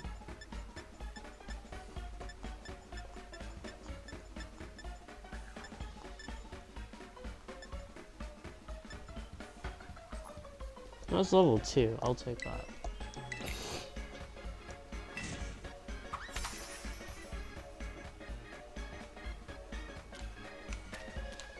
Tomato. Avocado. It's not, dude. I thought it's a bit risky. I didn't save for this, and I don't want to have to use my berries all over again.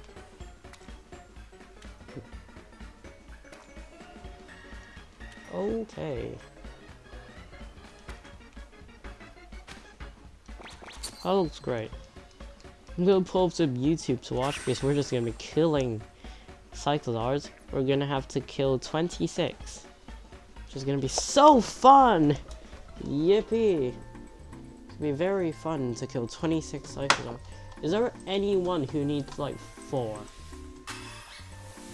No, you either go big or go home. Really? So, let's go kill 26 Cyclozars.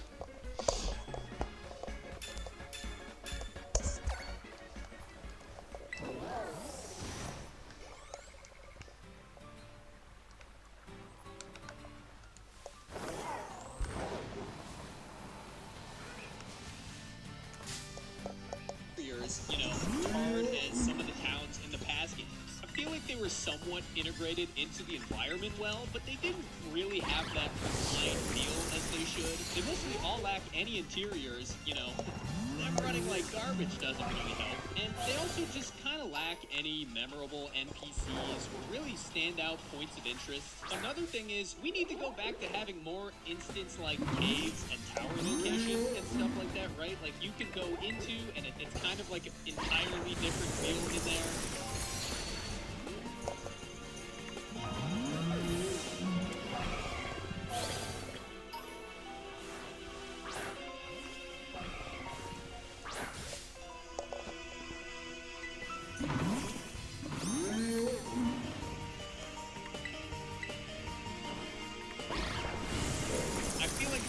Pokemon games, they haven't really done that much. Instead, the caves have kind of really felt samey and very bland. It's like you go into a cave and it's the same thing everywhere. One cave is just really boring and it's a straight line usually, and there's really no diversity, right? There's no unique things to look at. It's like, okay, we can get very interesting dungeon types. We've done this before in the 2D games, you know? You have stuff like the Mystery House in Pokemon Emerald, or you have things like Meteor Falls, and it's like these look different. There's interesting things going on in here. We can even look at something like before in the 2D games, you know? You have stuff like the Mystery House in Pokemon Emerald, or you have things like Meteor Falls, and it's like these look different. There's interesting things going on in here. We can even look at something like Black and White. You have things like the Celestial Tower, Chargestone Cave, the Relic Castle, the Forest, cold storage, right? I can keep going on and on. Another thing that will help to facilitate interesting world design is to kind of have NPCs in locations and probably cities who, you know, they want to give you a quest or a mission, right, to go investigate something interesting, and then you can build ideas off of that, right? Like let's take example Gold and Silver. Once you get to a city with the Bellsprout Tower, everybody in the city is talking about that. It's a staple landmark. These people know it, they're gonna let you know it, and it's like, cool, okay, let me go explore that thing. Let's do more of that. That would be great. And I know these things, they really do require, you know, a lot of thought and input to make, but like these are the things that really make a world stand out.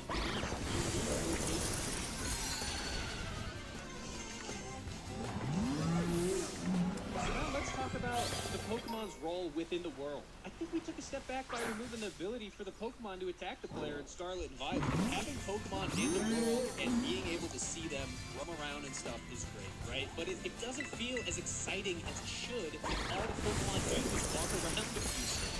If I walk into an area and there's just a massive-ass Tyranitar hanging out, it should feel like there's literally a mini Godzilla in front of me capable of fucking my ass up. This then forces the player to also interact with the environment or items, and you have to technically think about what you're going to do in this situation. Are you going to catch this thing? Are you going to battle it? What's going on? This creates stakes, and it makes for a memorable experience. I'm not trying to make myself, but no miss foul. Pokemon world where going out to the ocean and having a bunch of Gyarados roll up on you, it feels like that one episode from the anime that's actually just really tense and scary. That would be awesome.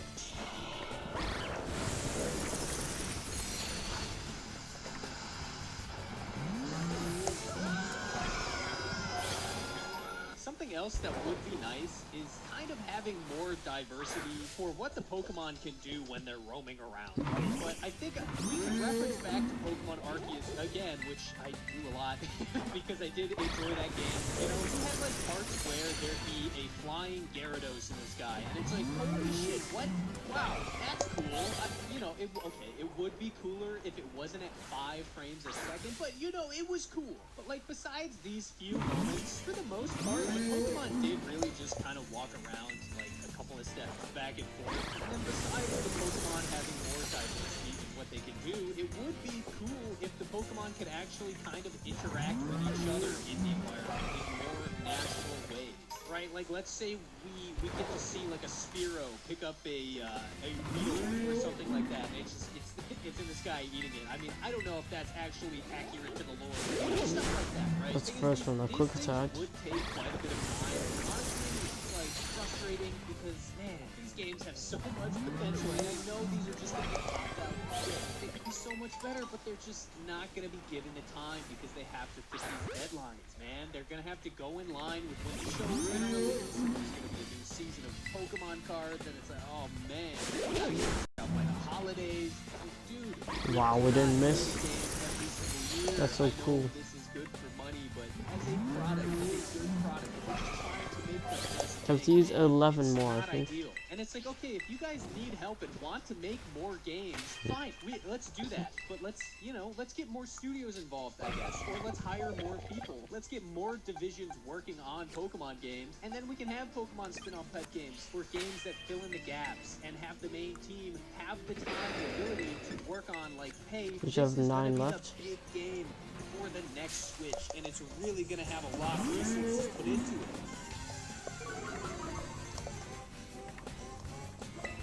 When it comes to the role that the actual player has in the world, I think having the player dynamically invested in the environment through its mechanics is what really helps give that sense of wonder that we're looking for in a Pokemon adventure, right? It's an adventure act. It should be there. I think Arceus did a decent job in this regard, making you kind of feel more like a Pokemon investigator or researcher, right? You were given these tasks to go catch certain Pokemon, or okay, you have to see a certain amount of moves done from a Pokemon or catch it in its habitat, etc. And that was addictive. And I think that was fun. It was a compelling way to complete the Pokedex that made it very engaging. And overall, I think that helped push the adventure narrative in the right direction. Another thing that was in Arceus, but we kind of lost in Scarlet and Violet was the ability to really get in and out of battles pretty quick, right? By just kind of throwing your Pokeball and then being able to run around the arena like it's just right there. That was awesome. I don't know why we took that out. Scarlet and Violet kind of slowed the system down again when battling. It just makes sense, right? You guys have had this great way to speed the process up in Arceus, and the moves came out so fast, and the commands were snappy. All those things together, right? Having the snappy combat paired with the ability to maneuver the Pokeball directly at a Pokemon in battle, circumvent the fight altogether, like this really made it feel fluid to play, and I don't really see why we needed to go back from that a bit in Scarlet Violet. I do think it was probably a good thing in Scarlet Violet to keep things like the gyms, as well as kind of like, an evil group in the game, right? These things are core things of Pokemon, right? And having core things to do is great. Same with having other things to do. Throughout the series, there's always been kind of miscellaneous things to do besides just, battle gyms, fight the evil team, etc. But the thing is, they've not really had all those ideas kind of accumulated into one game, it's very frustrating. I've always thought it was frustrating that we go from one game that has a certain thing, like maybe the Safari Zone or whatever, and then in the next game it's just not there. Why do we do this? We don't need to remove cool stuff, right? And I know this is where it comes to like deadlines, and that's where it sucks, right? That's the worst part about all of this. It honestly hinders the series so much, and it's so hard to see this changing unless the deadlines change. Like, man, when we went from Gen 5 to Gen 6, and we lost the Pokemon World Tournament, this fucking battle mode, what is going on here? Why do we have to do this? That was so good. Let us have that in the game as a staple thing the player can partake in. Like in Pokemon Let's Go Pikachu and Eevee, they had the idea of master trainers for certain Pokemon. And it's like, okay, you don't maybe take that idea directly, but put this into something where there is a trainer that is like the master of defensive battle. It would be so cool, right? Like, hey, I wasn't looking how many do you have. how to kind of combat stall Okay, me tactics. too, more. Okay, I know that doesn't sound exactly fun, but something like that, right? And these, again, they can just be side things. These are all things that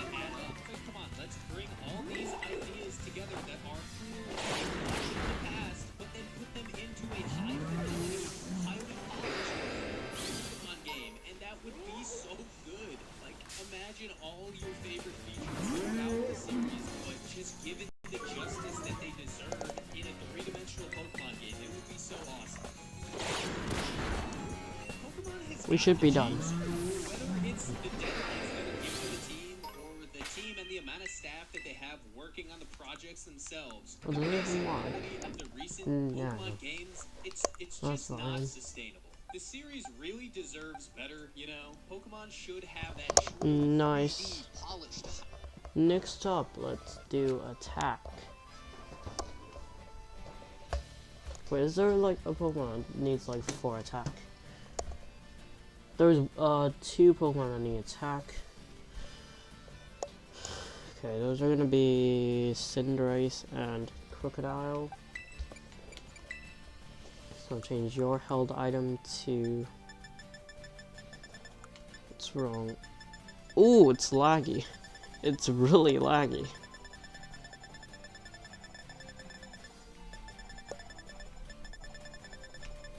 Power band? No. Bracer? It's bracer.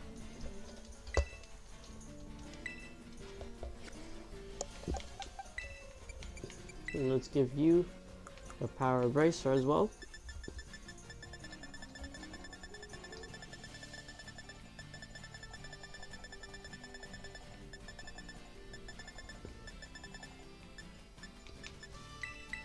Okay, let's see what Pokemon we can use for a attack.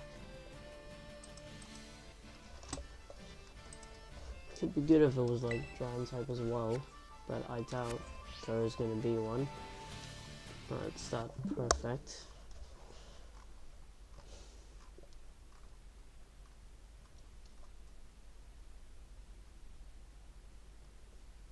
I mean, Iron Hands, Iron Foot. Wait a sec. Wait a sec, let me look at this. Octobats gives 2, but I don't think we'll have a lot of fun trying to get Octobats specifically. Druddigon, but I don't think that's in here.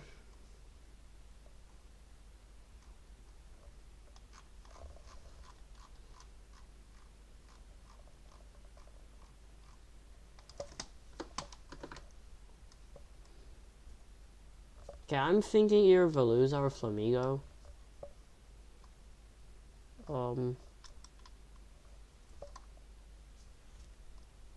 Let me look at Flamigo real quick. I think it's the only fighting type in the Castle Royale Lake region.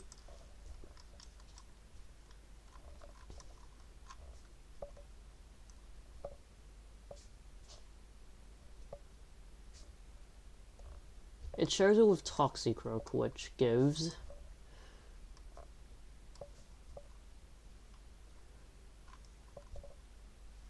2 attack. That is perfect. So we can just go to Castle Royale Lake, make a fighting type sandwich, and knock out Flamigo and Toxicroak. That's actually pretty perfect how that works out. So it does mean we're not going to be like using the full 30 minutes of our sandwiches, which I honestly think is completely fine. Wait, do we keep BBQ quests? Let me see. There's a river down here. I can take a photo of it so I can see if that completes my BBQ quest. So there, it's a Marill. Hello, Marill. How do I take a picture? Oh, I can't. Okay, I'll get up there.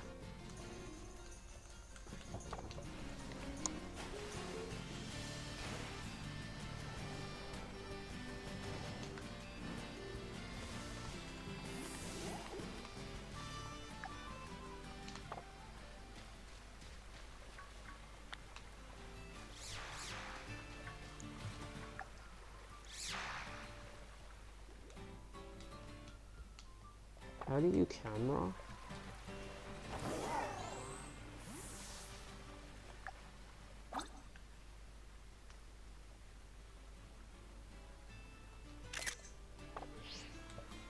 Okay, I don't think I can complete quests out here. Okay, I will go to Castle Lake. In that case, Daily reviewed game like so many of these other Nintendo series. I honestly don't know what the next games in the series are gonna look like, or if they're gonna decide to do another take on the Legends series, but whatever it is, I really just hope something over there changes, you know, maybe with the next system. Game Freak or Nintendo or whoever it is calling the shots over there, just let Pokemon be great, please. Alright, that's gonna be it for me. Sorry if this got a little ranty, but yeah, everyone who's made it to the end, you guys are the best. I really do appreciate the support recently. We're halfway to 500 subs over here, so if you like what's going on over here, you know, I think you know what to do. that was great quality for a channel with I can 200 ask. subscribers. Yeah, but for real, as always, I'd love to hear what your guys' perspective is on the whole.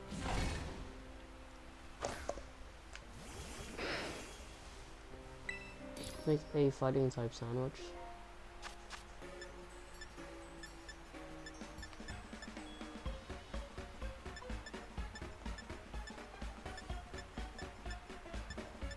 It's teensy power. There, yeah, sure.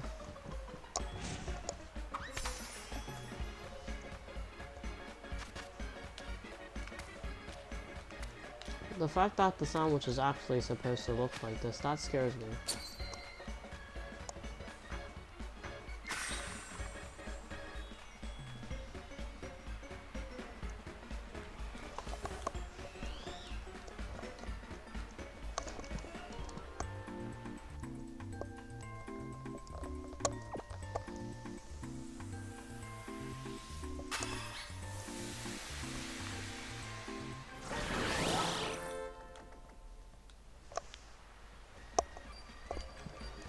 Been kinda into watching like speedrun contents lately. I wanna see if there's like some speedrun stuff I could watch.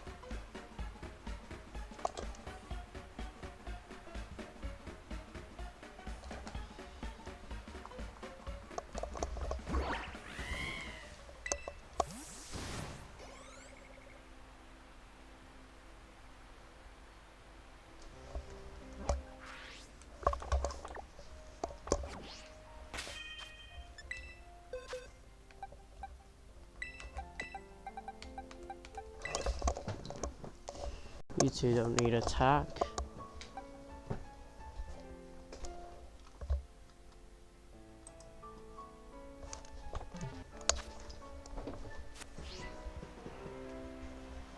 So, let's look for Flamigo and Toxicroak.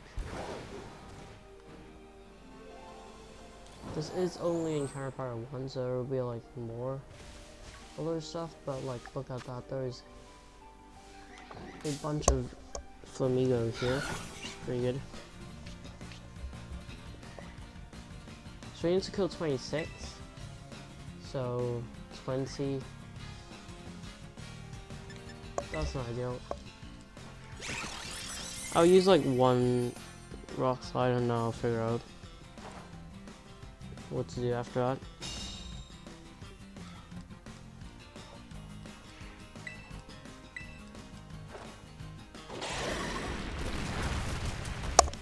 Is the new item printer feature worth it? Indigo. It is. Because you can have After Balls.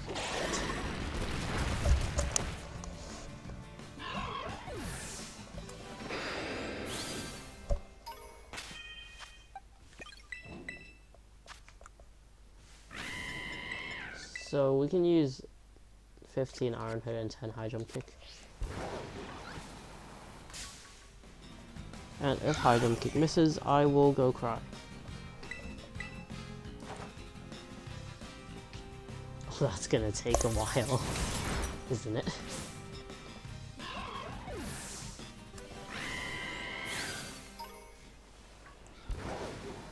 I thought that Slowpoke was Shiny Flamigo.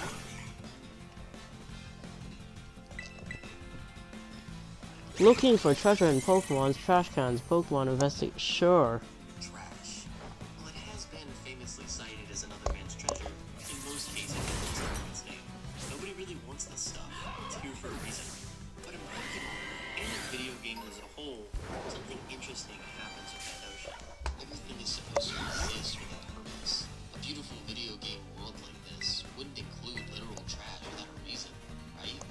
Now, often that reason can just be another piece of world building. A dumpster hiding in the alleyway of a neon-lit city, a trash can sitting in the corner of a cement-paved suburb. These are some of the set pieces that fill out the depths of these worlds. And while you usually can interact with them, actually doing so also has you looking at the bottom of an empty bin or staring at true, honest goodness, unusable trash. But every now and then, you find an object of actual value hiding in a trash can, perhaps as a reward for taking a look into these depths of the world. And that one occurrence can go on to inform the player to check every single trash can available from then on.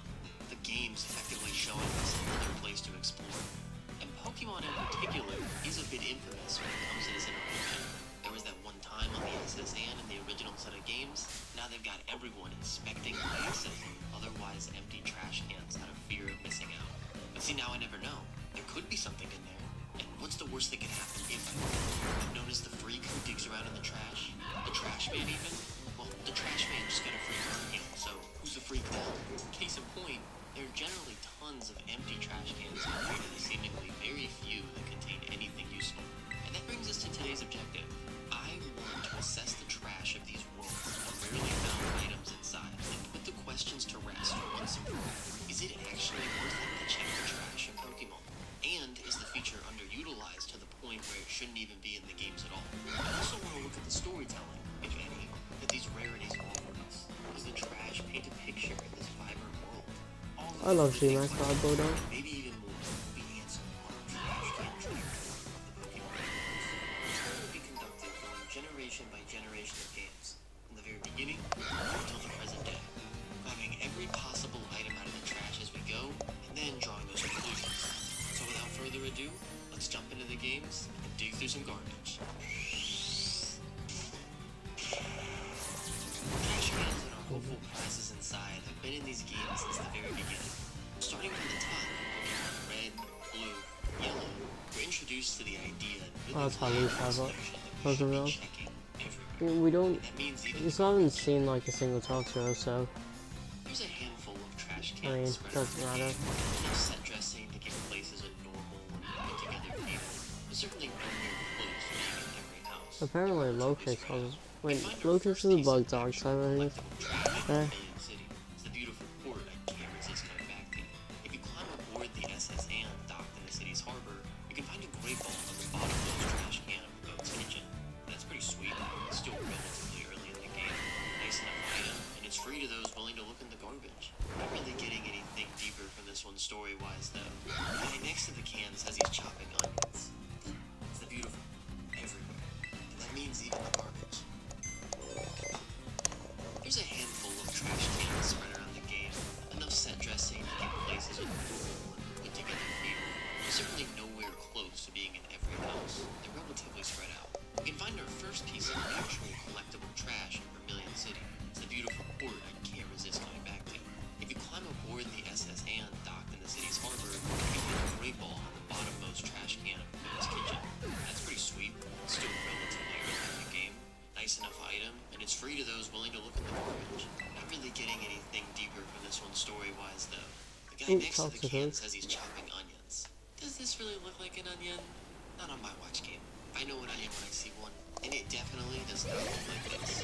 But something else kind of awesome happens here too, at this particular can. It's just not really in the good way. Because this is the only item you can find in a trash can in Gen 1. But don't worry, I promise they get more extensive like I was talking about in later games. But hear me out, because this one is important in and of itself. Because this lone occurrence tells the player, hey, you can find items in here too. You probably want to be checking these from now on. Just for that to never happen No again. Flamingo. These are the first games, the Pokemon Blueprint. So that makes this the trash can that had so many players checking every waste receptacle they could find for the rest of their careers as trainers. And to extend some fairness, it is just a thing that RPGs do, and it's a free item. It's not Give really me a sec, I got a call.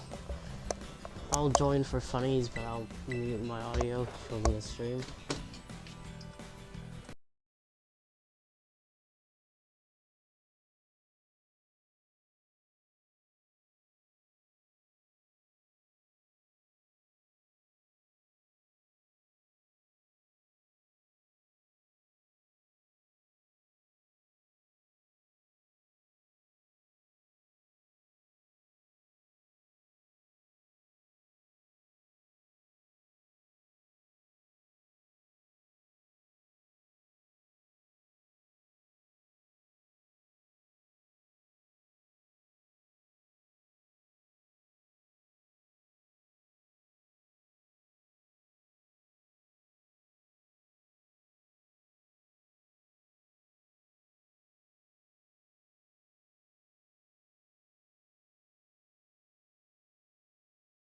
That was a very epic call. I said about 3 words before I left the call. Oh, okay. We have about 9 more. Don't know. It wasn't to kill. I'm using PP counter. I mean 1. So 1 plus 25. We have 8 more to kill. But I will say that it is clear and direct communication by the game. This, the trash can, has so many players checking every race receptacle they can find for the rest of their careers as trainers. And to extend some fairness, it is just a thing that RPGs do, and it's a free item. It's not really harming anyone.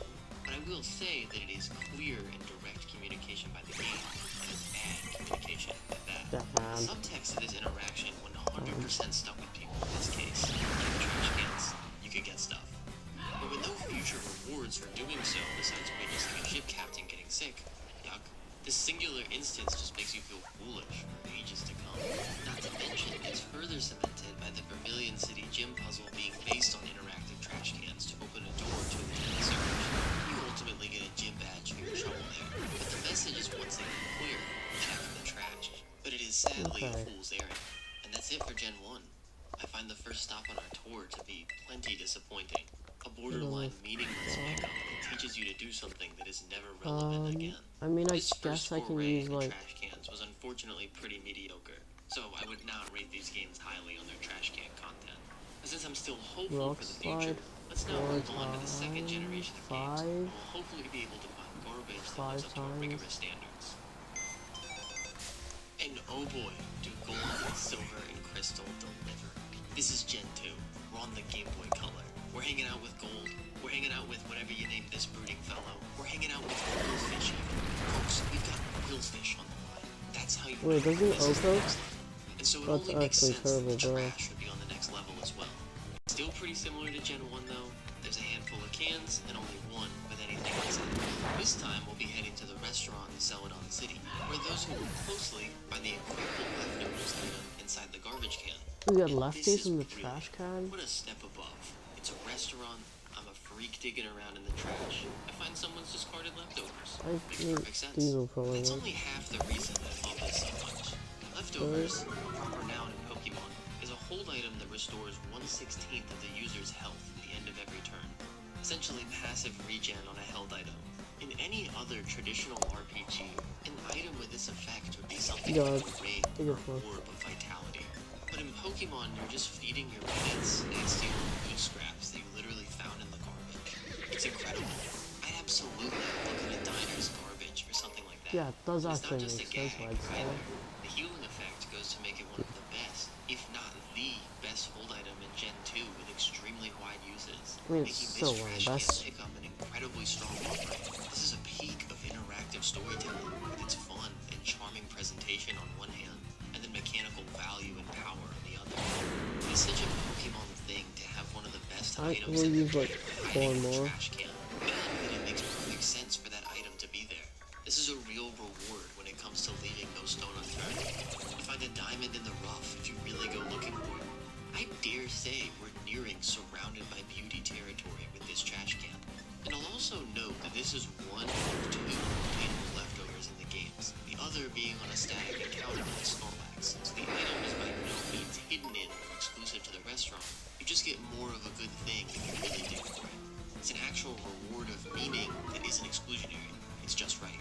And so all in all, while we still only have a single trash treasure in this set of games, the fun and value of leftovers goes a long way in making up for it. Hopefully the trash continues to be this high quality as we move along. The only note being I hope that we get more of it than just the one. Gen 3 is a general improvement when it comes to trash, but something of an odd pattern seems to have formed here.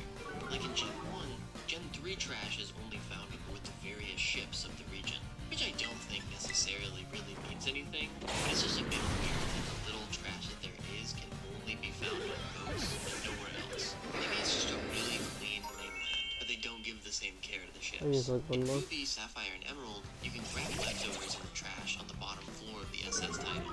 And it's no restaurant, but I guess it still makes enough sense that it's in the storage area of the ship. The title is a really cool and underappreciated place, though. Once you beat the game, you can take the ship back and forth between Lily Cove and Slateport City, and then there are a number of people to hang out with. We should be done.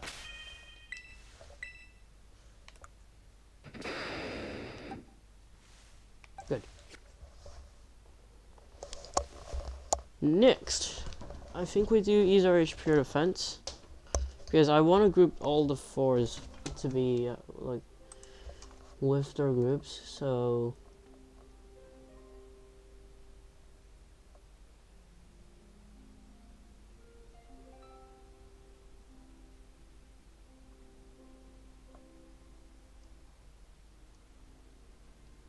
yes, we will do defense for Sinistra.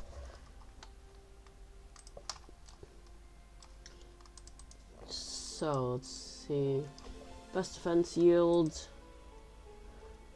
Oh, woo.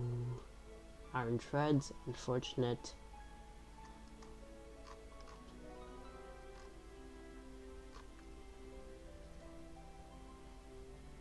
Pseudo-Wudo, that could work.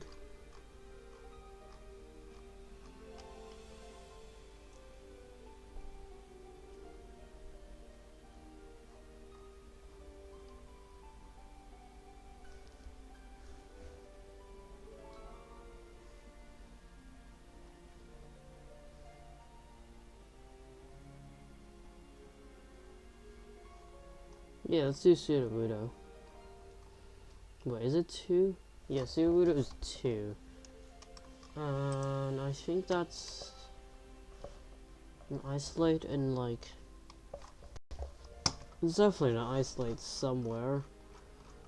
I just don't know where. Let's see. West Province Area 3 maybe?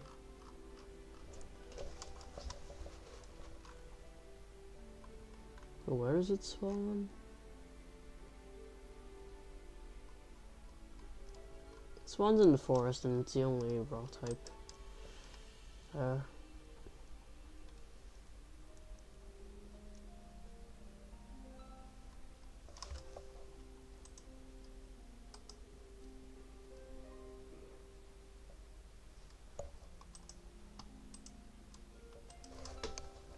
Okay.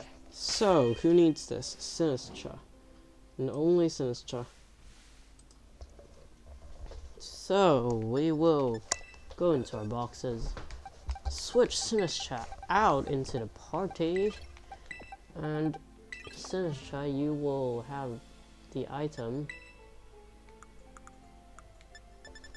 The one that boosts your defense. I have no idea which one it is.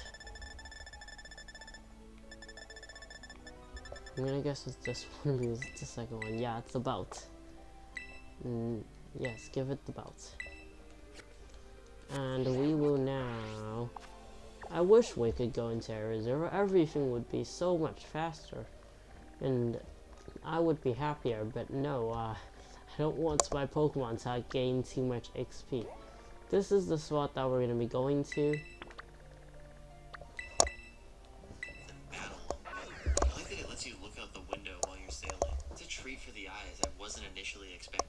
It's pretty captivating. And then in the back rooms of the abandoned ship dungeon near Duford Town, room key for one of the doors is hiding inside a trash can. This one's a lot more functional and you get led to it pretty overtly. Hey, trash is still trash. This one is part of a fun little side quest in this weird area of the game. It's a lot more grim than what we're used to. This abandoned ship has a really unique, uncanny, and ominous feeling to it. It's a big change of pace from the rest of the game. That's all the trash and Hoenn, though. On fire red and leaf green, the remade SS Hand has some better offerings this time around that make a bit more sense. This time, all 3 of the trash cans in the kitchen have berries inside. And then there's a bonus trash can on the bottom floor that has a hyper potion. All pretty nice. Discarded fruit in a kitchen, that makes perfect sense. And then the early hyper potion is just a nice bonus for those looking. Way better than a great ball. There's another subtle thing that the Kanto remakes do here that I want to appreciate, and that's that the trash cans that you're supposed to interact with have been made notably distinct from the ones that are purely background pieces. In most houses in Gen 3 Kanto, the back row of furniture and appliances will have this dish cabinet object that seemingly has a small waistband attached to it. And these let you know that they're set pieces right from the get-go. As while the bin is there,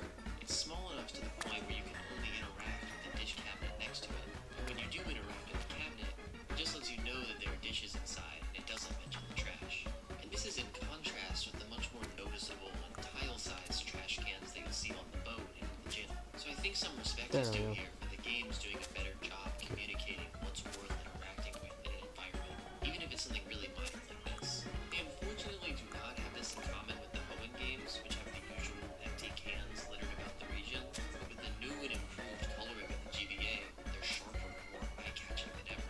I mean, if I see There this we in go. a room, I'm drawn to it. I gotta check it out. It's just too bad that it's empty 99% of the time, but all in a day's work in an RPG. I'll never give up looking. You know, it's actually a little known fun fact that 90% of RPG players stop looking in the trash cans and give up right before hitting it big. We definitely don't want to end up like them, so let's head to the next generation and keep searching. Moving into Generation 4, Diamond, Pearl, and Platinum set the most reasonable bar thus far for trash collecting. Empty trash cans are once again a common sight across the region of Sinnoh, but we can actually collect from them at the old chateau, the Hotel Grand Lake, and the Pokemon Mansion. And being able to find things that are still usable in the garbage at these places makes a lot of sense, because they all very clearly have, or have had, in the chateau's case, wealthy patrons who would be likelier to discard nicer things. Even though it's been abandoned, it is now a hangout place for ghosts and ghouls. The old chateau is still an ornate manor in an exclusive corner of the woods with plenty of space and nice furniture. It's not hard to imagine the type of person who lived here. Probably at least someone well enough off to throw away that extra antidote. I have to imagine they were collecting. And the same is true at the mansion and the hotel. Anyways. Mr. Backlot is a filthy rich mansion hacker. He finds some medicine in his garbage. He doesn't need it. I'll be taking that. And the hotel is filled with wealthy patrons, where it would seem these two socialites no longer have need for this max ride. The hell is this terrain? All put together, I think this is our best setup so far. The trash is relatively spread around the region. It's in places that make sense. They make it worth your while. Good job, Pokemon. This might be the first one where it feels at least close to worth it to check every can. That was honestly pretty satisfying. I can't wait to see what the other games in this generation have in store.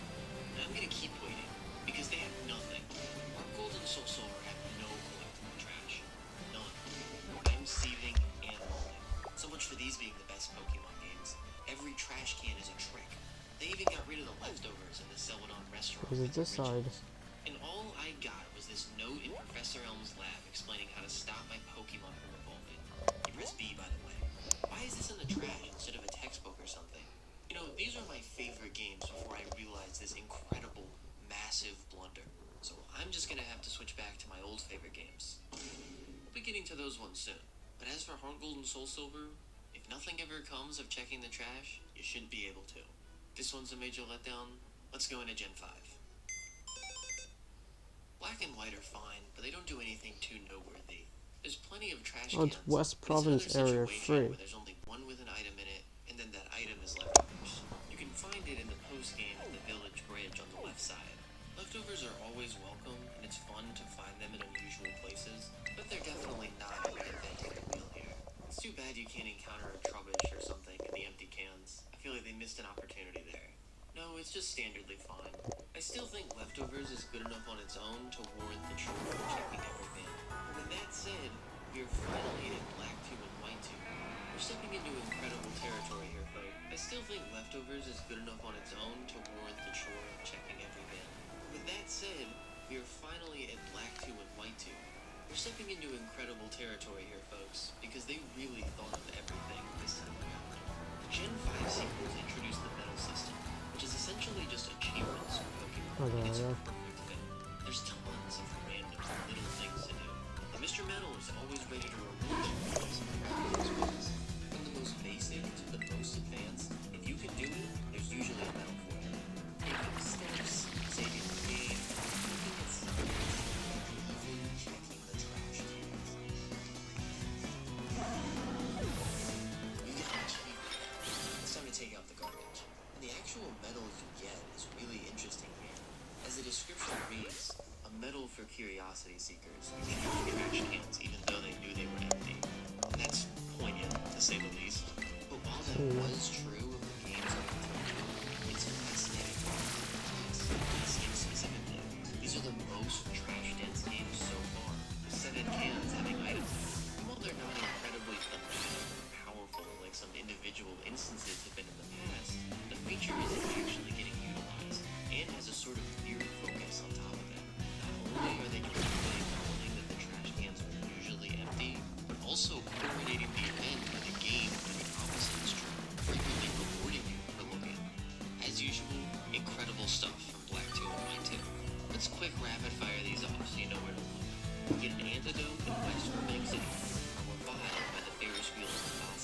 There's a zinc above the PWT fountain.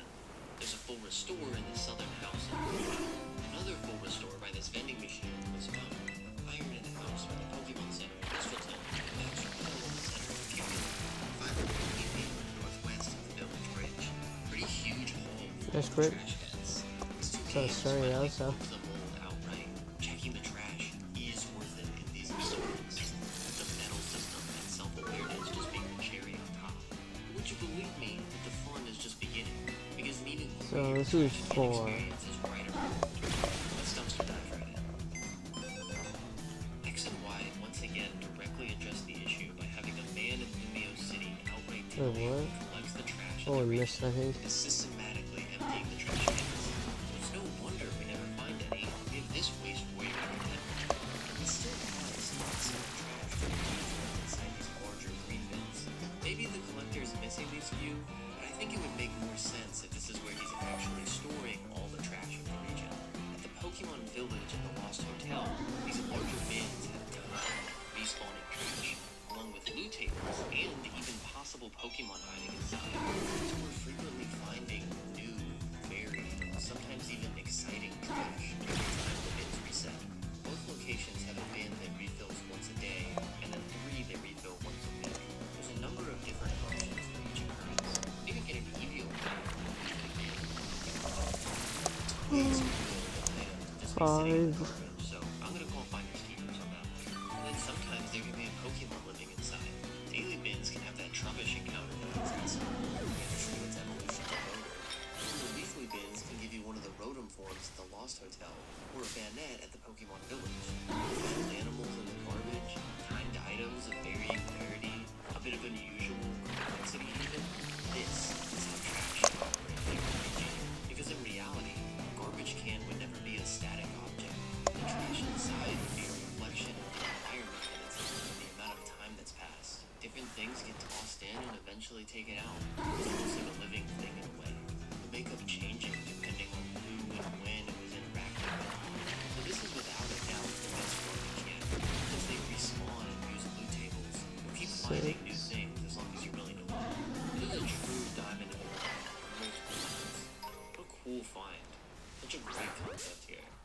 It is a touch bittersweet though, because after this, the trash falls off the mark. It never really recovers. Like a Ruby and Alpha Sapphire and the trash collector again. This time it's at the Battle Resort. He just has all the trash spread out on the floor once you take it. Kind of ruins the point of it, but hey, free is free. Gen 7 is completely empty except for a tiny mushroom back on the SSN and Let's Go Pikachu and Eevee. There's nothing in Sun and Moon. It's pretty disappointing. And then there's a single can of Sword and Shield photo stone every so often daily Pokemon. And with BDSP being a near carbon copy of the original Gen 4 with the same cans. Number one. Unfortunately, the sad end to our trash can adventure. I can find trash cans in Scarlet and Violet, but not any I can interact with. I think it's over, folks. This is probably the full extent of the new trash cans in the series, past, present, and future. They had an interesting run. It got very disappointing there at the end, but I was pretty enticed with some of the series' offerings in Gens 4, 5, and 6. And you can never understate the value of leftovers. That alone would have me check the cans on a first playthrough. Ultimately, I think it's pretty unfortunate that this phenomenon seems to be on its way out, because they made checking every can legitimately worth the effort in Black 2 and White 2, and then they really made something of the idea in a different way in X and Y. They were really hitting a stride before letting it go. I guess if there's any other conclusion to be made here, it's that for the most part, the Pokemon world is an extremely clean one, and the people really want to keep it that way. I think it's time we can finally answer the big question. Is checking every bin in Pokemon worth it? You're gonna have to excuse my nuance here, because I have to say that my answer is usually Nice.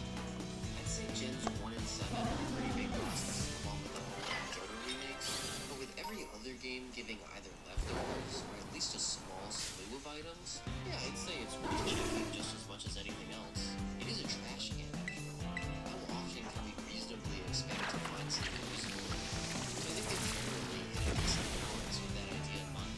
But on the other side of that, games have definitely miscommunicated about this a good number of times over the years.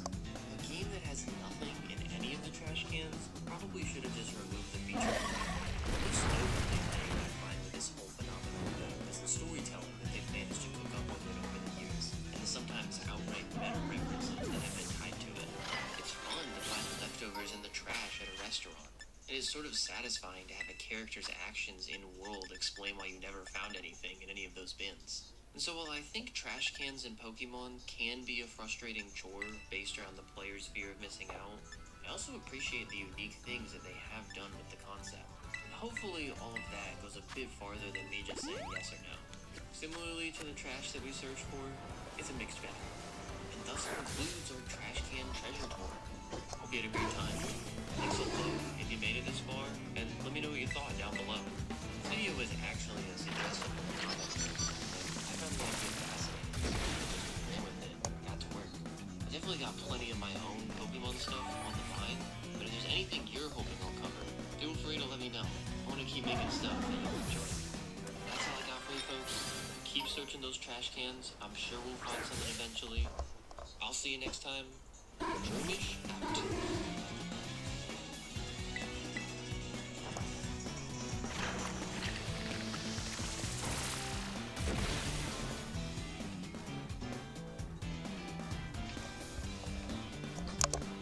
Fine.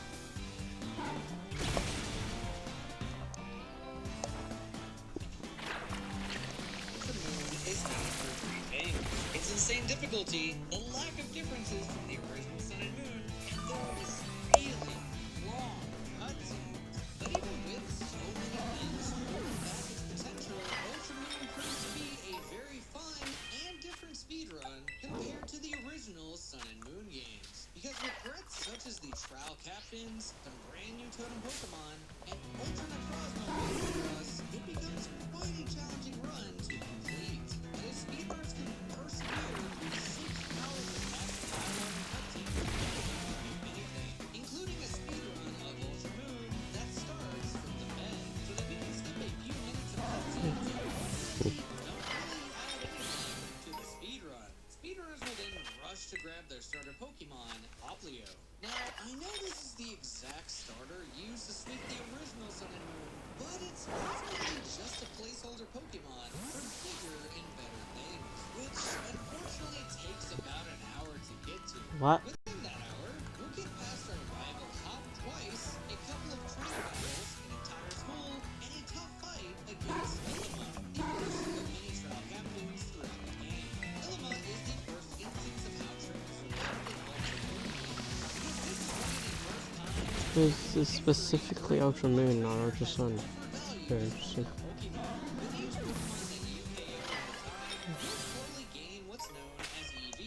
I know about that. I love EVs. Such.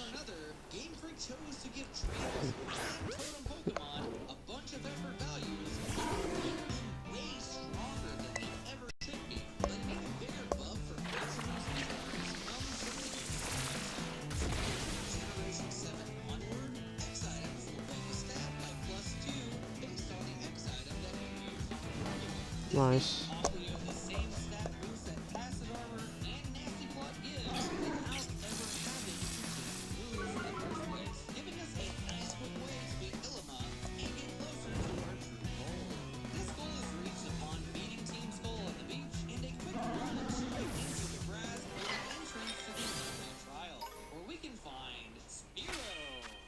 Sorry if I hyped anyone up, because this won't actually be our main Pokemon. But we do need it to trade inside of the Pokemon Center for a built-in Hawlucha, a Pokemon who's infamously taken the spotlight for fastest speedrun Pokemon in a bunch of Pokemon games, including Pokemon Ultra Moon.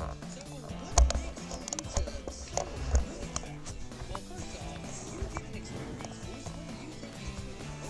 Let's go get burned, guys. limits about the game, but luckily for Ultra Moon, the disobedience levels are so high that the chances of getting over-leveled are extremely low. The next benefit to using the Lucha is that the ability, nature, and a single IV will always be the exact same every time you receive this traded Lucha. This gives the Lucha the burning ability, 31 IVs in attack, and a great nature boost attack along with speed. While this speed load with nature can cause problems in the line, max attack stat plus ability make up a ton of time that's lost from it. And now that we have a Lucha, we're gonna gain back that experience boost that was taken away from trainer battles in Generation 2 So much is happening. by beating and petting our Lucha for Affection level 2. Luckily at this level of Affection, we will experience an affection boost like you can at No, that's another. Affection, but will instead receive a small experience boost to power up the Lucha immediately as we enter the trial. And the wildest benefit of this trial is that as soon as you enter, you'll be able to spot the TM for Brick Break. A TM that's so accessible Still not that done. it feels like they just Wow. want you to destroy the normal. And with that out of the way, we're that much closer to finally getting off Tutorial Island with yet another. And they have this guy as a main Kahuna. While these Kahunas are normally pretty tough battles, Alusha is just built different, which is fantastic for us since they're one of the few trainers in the game who have sea crystals on their Pokemon. Each one of them has an ace Pokemon that holds on to the Please? sea crystal, which will typically There be we go. used to knock out your Next, I think we do HP. Oh my god. Oh, it's really fun.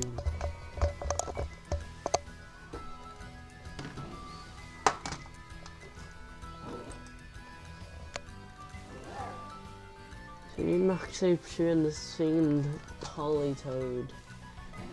What do we do HP for?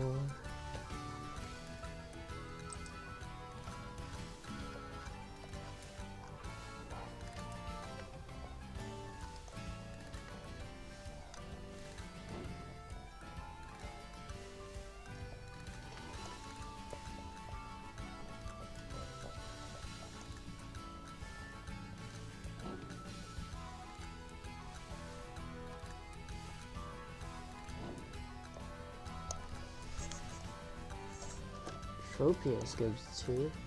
Sure, let's do Tropius.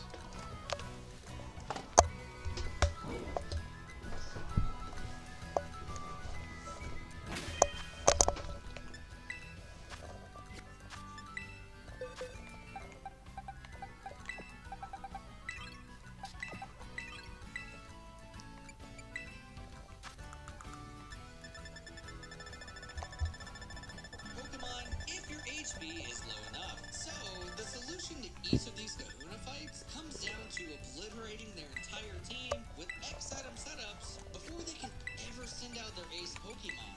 It's truly that simple for every single one of them, which is why I won't go into too much detail on the Kahunas. And while that part of the game is pretty easy, it only really ramps up the difficulty from here. Because after Hollow, speedrunners had to make a decision in terms of how the game would be speedrun.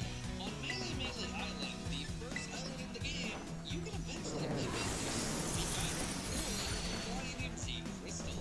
Both of these items give massive boosts to all Lucha's flying-type moves in different ways. When it comes to using Sharp Beak, holding it gives a boost to every flying-type move right off the bat.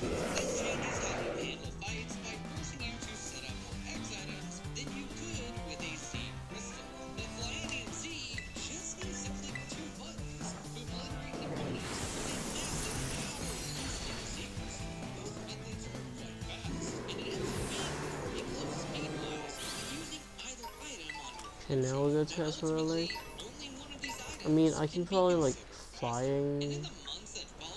Just try to like flying here. and Vortat work together to push a route without Flying MC. While Flying MC is so powerful that it can save a lot of time from KOing threats such as the water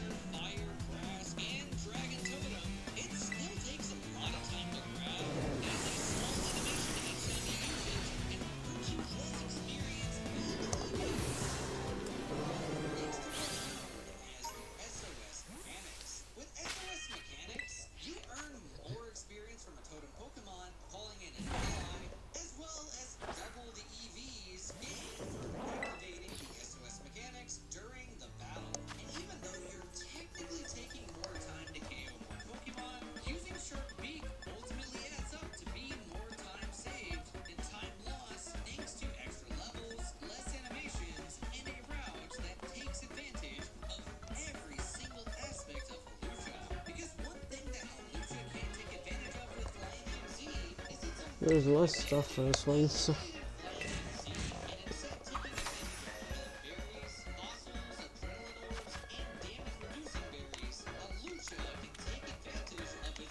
It's eggs, oh no.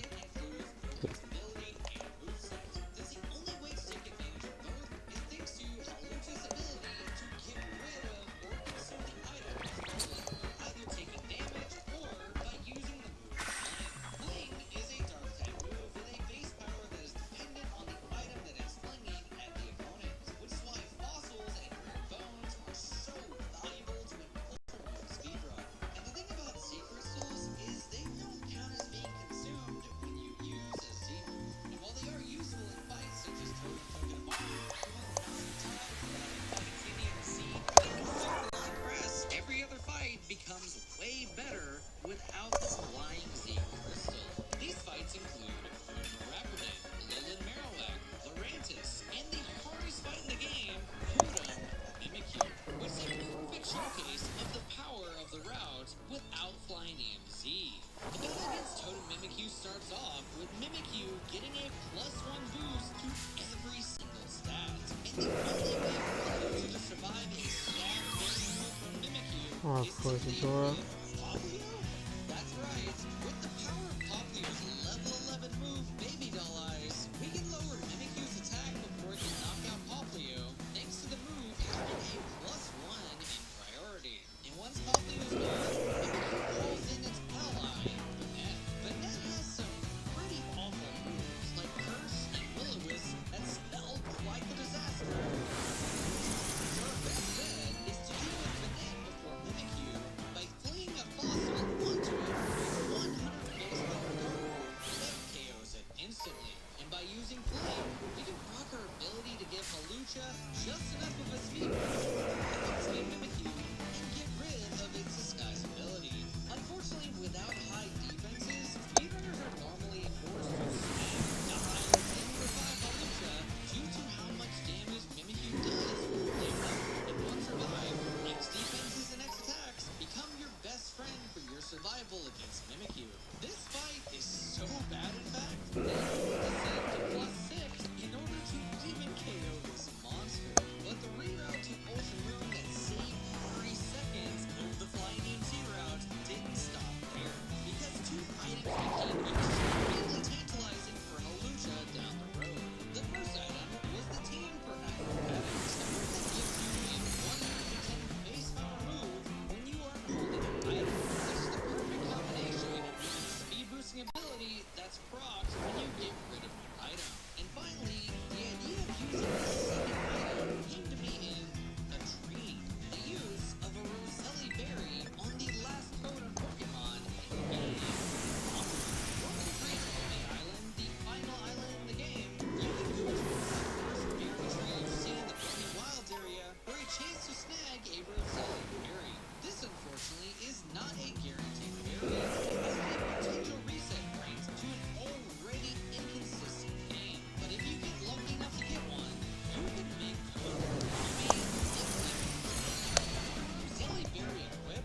You can have the ability to use a super effective berry moves to you, which is extremely important to have since Totem Rabambi gets a disgusting +2 boost to every single one of its stats. Without Roselli berry, Malucha can't produce its power up to survive and set up enough X attacks to defeat Rabambi, making it quite an understatement to call this thing a monster. But as we all know, Rabambi is not the biggest monster created in Pokemon Ultra. The Pokemon we've yet to talk about that almost made Halucha relevant for speedrunning is Ultra Necrozma.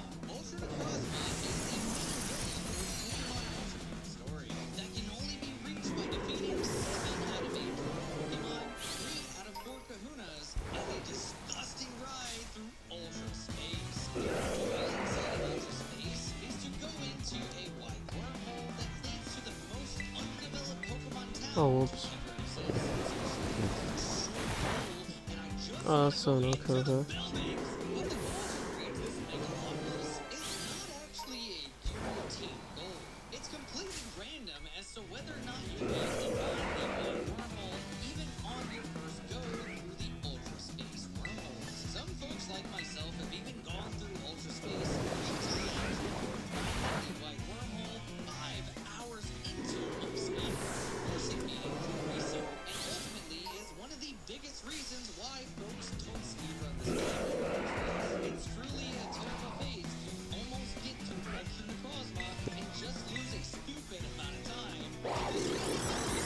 Oh, that's pretty good.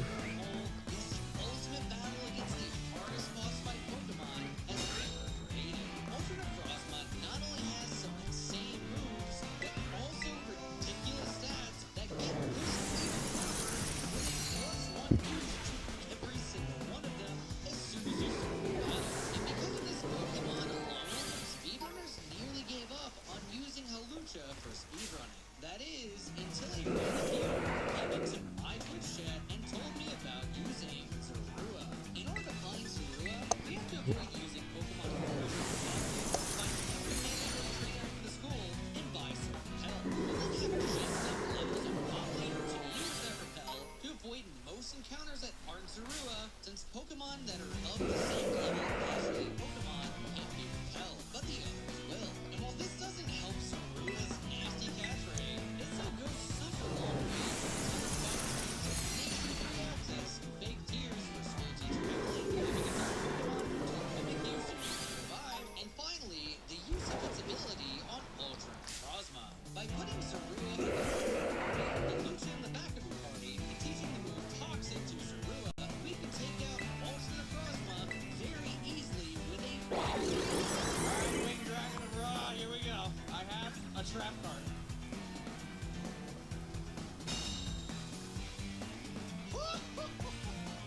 Clear. 2, 3, 4.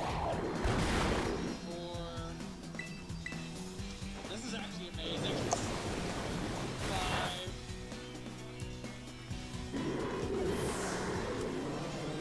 And get wrecked. Get fucking debated. Get fucking debated. Let's go. Oh god, I'm about to get a crazy level up. So let me explain what just happened. For some reason or another, even though Ultra Necrozma has very smart AI, it is very obsessed with using Ultra Necrozma's It'll even go as far as to spam against Zorua, even though the move clearly isn't working. Smart This AI, gives bro. us the perfect opportunity to toxic Soul very quickly and efficiently with some really easy traps.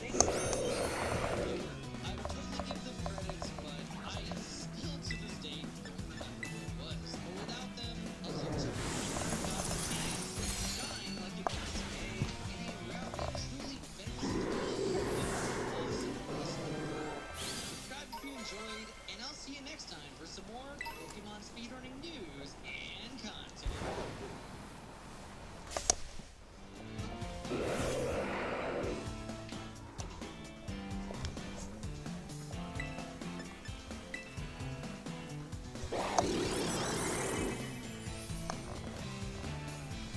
I think we have like 5 more.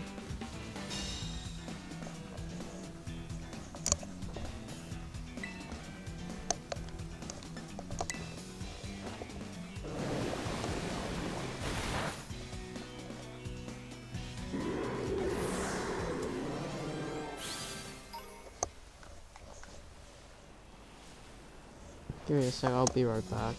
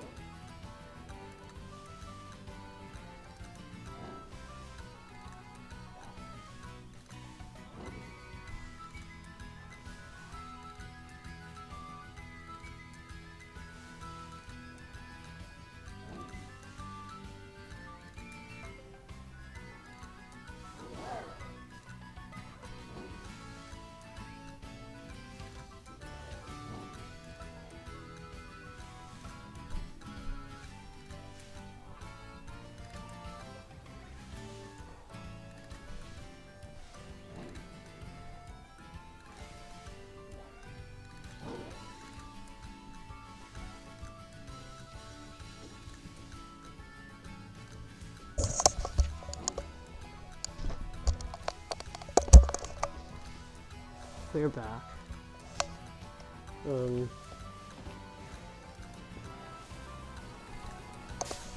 Tropius.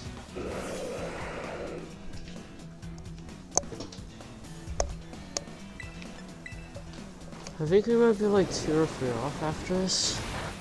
Oh my god, we're 2 sats away from being done. This is a very fun. Yippee. What the hell is it? It's a strudel. I feel like I'm going insane. I don't know. I booted up this game being happy today, excited. Yes, we're gonna play Indigo this. And here we are, 4 hours in. We're not even 4 hours in, we're almost 3 hours in. What the hell? It's only been 3 hours. I feel like I've been at this for like 10 hours. Ah!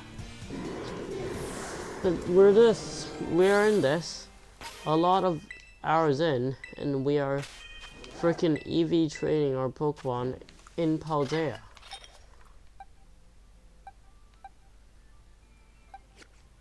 It's real fun. It's real fun.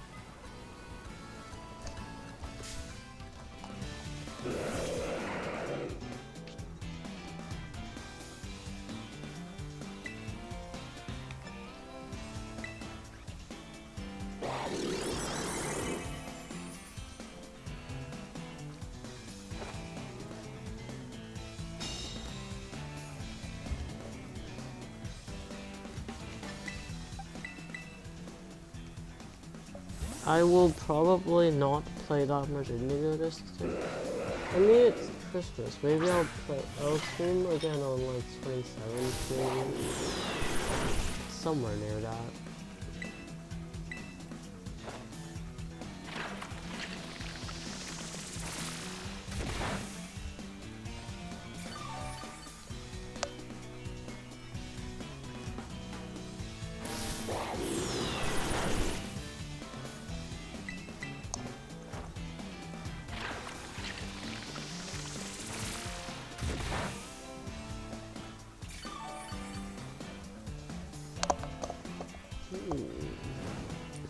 Good burn. That's a great burn.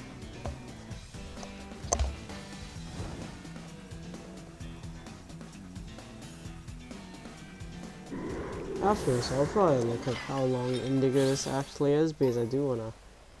I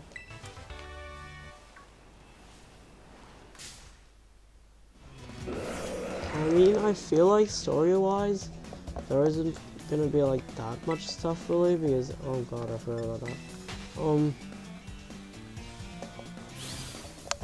Because all you're doing really is just BB League and then deal with Kieran or whatever. Like you have 4 Elite Four battles and then you deal with Kieran, deal with whatever the frick he's doing,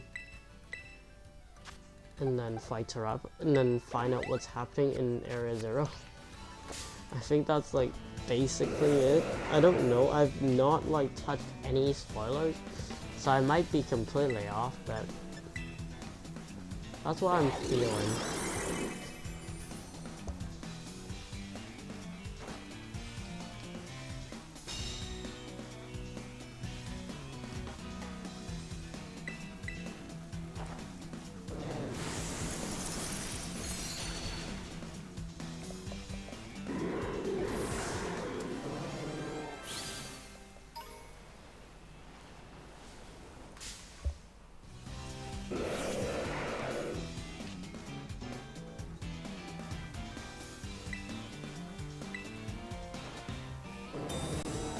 I wasn't looking, I wasn't planning to do that.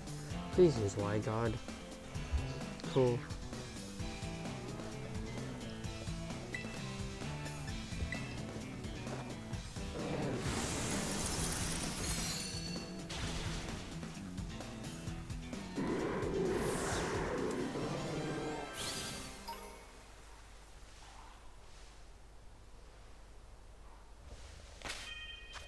How far are we into this? We are done. 2 more sets to go.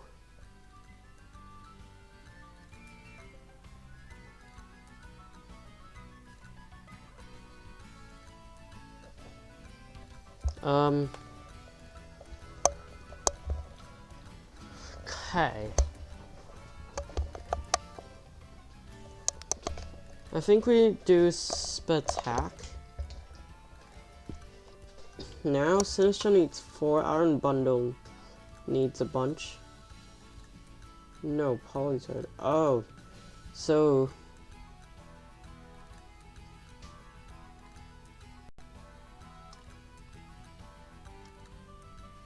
Okay, yeah, we do Spatak. We do Spatak. Polytoad will give it 4 only, and I'll switch it out. Let me just get the team ready. So it's only Sinistcha, and no, it's only Iron Bundle and Archaludon who need like a max attack because they are my attackers. And Polytoad and Haunch, I'll swap them out after they're done. So I'll give them 6 each just to like fill it up.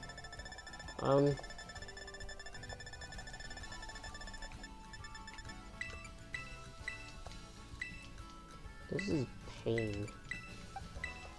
Anyways, I can't imagine doing like complex EV threads, which I'll maybe do. I'll maybe get into competitive. I've been saying this a lot.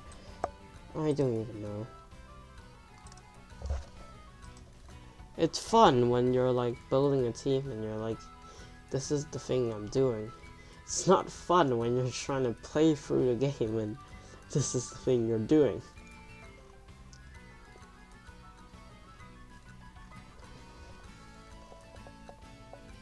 Does Oricorio spawn? Tatsugiri gives 2.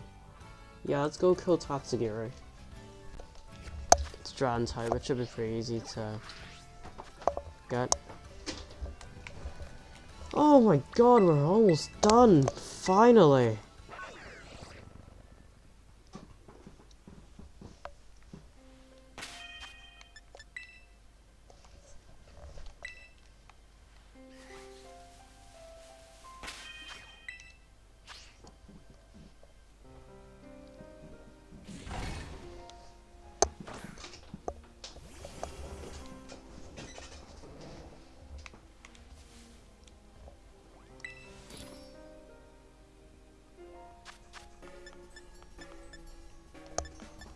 I remember it wasn't like too far down. Oh my god, I've run out of sausage, I think.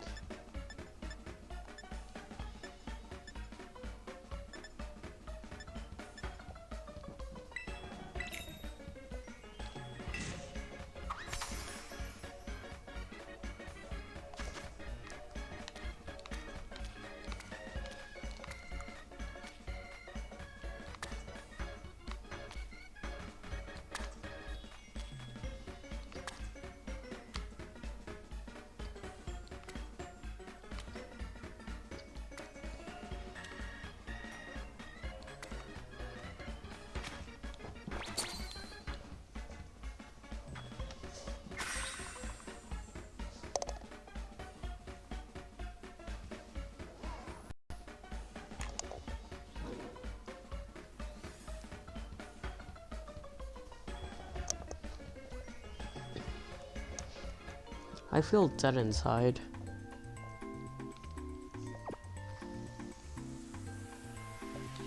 The original rival, normally this would be the original rival of the Kanto run of Pokemon games is a no good fraud. And I've always thought this, but today, I finally have the means to prove it. Normally this would be done by naming him something hilarious and then demolishing his team at every opportunity in a fight. Shoot, man. This is quite fitting given his demeanor as this smug overachiever who's always looking down on you. But today I'm armed with something a little more empirical, in the vein of evidence and cold hard facts. In an amount of time, no longer than the length of this video, I will prove that this character, as he appears in Pokemon Red, Blue, Yellow, What? Red, and Leaf Green, is not only a raging fraud, What? even more vile and sinister. Our scene today will be aboard the SS Anna, a lovely little cruise ship docked in Vermilion City for a party that both the player and the rival have been invited to. This is a relatively early part of the game, and a major cutoff for a normal playthrough, because you receive the HM cut aboard the ship, and without it, you cannot normally access any cities beyond I will Vermilion kill you. or Cerulean to the north. It's the cut tree blocks the path to the rock tunnel, the next major area of the game. And because of this, your pool of available Pokemon is relatively slim. There's about 20 or so evolutionary lines. The level curve around this point is also complex, so you probably don't have anything yet that's really that strong or outrageous either. But despite this premise, when you encounter the rival on the ship, after rudely expressing his surprise that you would be invited to the party at all, he makes the outrageous claim that he has already caught 40 full Pokemon. And to make matters worse, immediately afterwards, he smugly lectures you on where to find more. Remember this guy, and you have plenty of encounters with him. They're in a similar vein to this one. But this particular meeting has always been a sore spot with me. You can trust that he is promptly dealt with after his rudeness, but that specific number of lectures always stuck with me long after the fight. I was going through my first playthroughs of 8th grade when I was 10, and at this point I was lucky to have 20 Pokemon cards, if not less. How did he have 40? After you battle him, he mentions that he just got cut, so he couldn't have already visited the areas that require it to get access to. And his highest level Pokemon was 20, so he's probably not over-leveling things to get the entries of their final evolutions either. He definitely seems like the type to bring his best to every battle. This is not a guy who would sandbag. So how did he already have 40? It just felt impossible. Day after day, night after night, Wait, was that shiny? I wasn't looking. I'm lucky. I'm a lucky man. It wasn't. It was mine that was shiny. Thinking about it. The more it did, the more it started to seem like it wasn't possible at all. What if he was lying? Just boasting to make me feel bad? Or even worse, was he somehow cheating or being otherwise dishonest in some way? With Pokemon that I didn't even have access to yet? I felt pretty confident that something was fishy here. But I don't want to make I clicked that wrong. It's fine. I mean, this guy is the future champion of the Kanto Pokemon League. He's the future Viridian City gym leader. He's a world figure in all these regions. It's a pretty big deal. It'd be wrong to sully his reputation to the basis. I also feel that I would probably look pretty foolish if you can legitimately get up to 40 at this point with the team that he has. So we're gonna need to do this by the books. In order to conduct a complete and proper investigation, I've devised a challenge run that would put this question to rest once and for all. The goal of this challenge is simple. Get to 40 Pokemon in the Pokédex by the point of the SSN encounter with the rival. But we can't approach this like the Professor Oak's challenge type run because of our specific conflicts. The goal of that challenge is to get as many Pokemon as possible in each gym. But I want to reflect the experience of the rival, so I will be enforcing a level cap of his strongest Pokemon during the SSN fight. He's level 20 evolved starter. I'm using this level cap because there's simply too much evidence of his general behavior in team competitions across the game's story that he would be bringing his best and brightest in every fight. He wouldn't be sandbagging a team and keep over-leveled Pokemon in his PC if they could aid him in victory. And this all reflects here in his level 20 starter being the best Pokemon he has in the fight in question. It's the Pokemon he's been with the longest, and therefore wouldn't be counting his final evolution towards his Pokédex. And this would also be the case with any other Pokemon that he has that evolves at a later point, such as his Pidgeotto or Kadabra. And so for all those reasons, I will be enforcing a level cap at 20. No Pokemon that evolve after that point can be considered in my Pokédex. Other than that, I also will avoid Pokemon that exist in the story as a one-time event. For our purposes, this mainly means in-game trades, as the trainers that give them to you aren't just dispensers of those Pokemon. They speak like they only have the one that they're giving to you. So if I'm getting that Pokemon, no one else is, namely the rival. He says he's caught Pokemon, and then launches into where to catch Pokemon. So anything traded should be off the table per his own advice. And we'll be counting our starters, because even though they are technically a one-time event, we both get them, so that's fine. Finally, no trading with other cartridges. Using his own words, this is a quest about catching Pokemon, not being given them. Alright, so with that set of rules, we should be able to determine not only if him getting his Pokemon is possible, but also get a pretty good idea of how he did it if it is. I will be specifically conducting this run with Pokemon Fire Red. I'm going with the remakes here, mainly for aesthetic purposes, but there are also a few features that will be useful to us that are only present in these versions that are going to be so I'm doing the playthrough Fire Red. So with all the stipulations out of the way, let's head out onto our investigation and truly see, once and for all, if the rival is full of it. I start my playthrough just like any other. I name myself Drew, and then name my rival Chuck. Chuck and I go way back. It's a lifelong feud. For my starter, starter, I end up picking Squirtle, and he chooses Bulbasaur.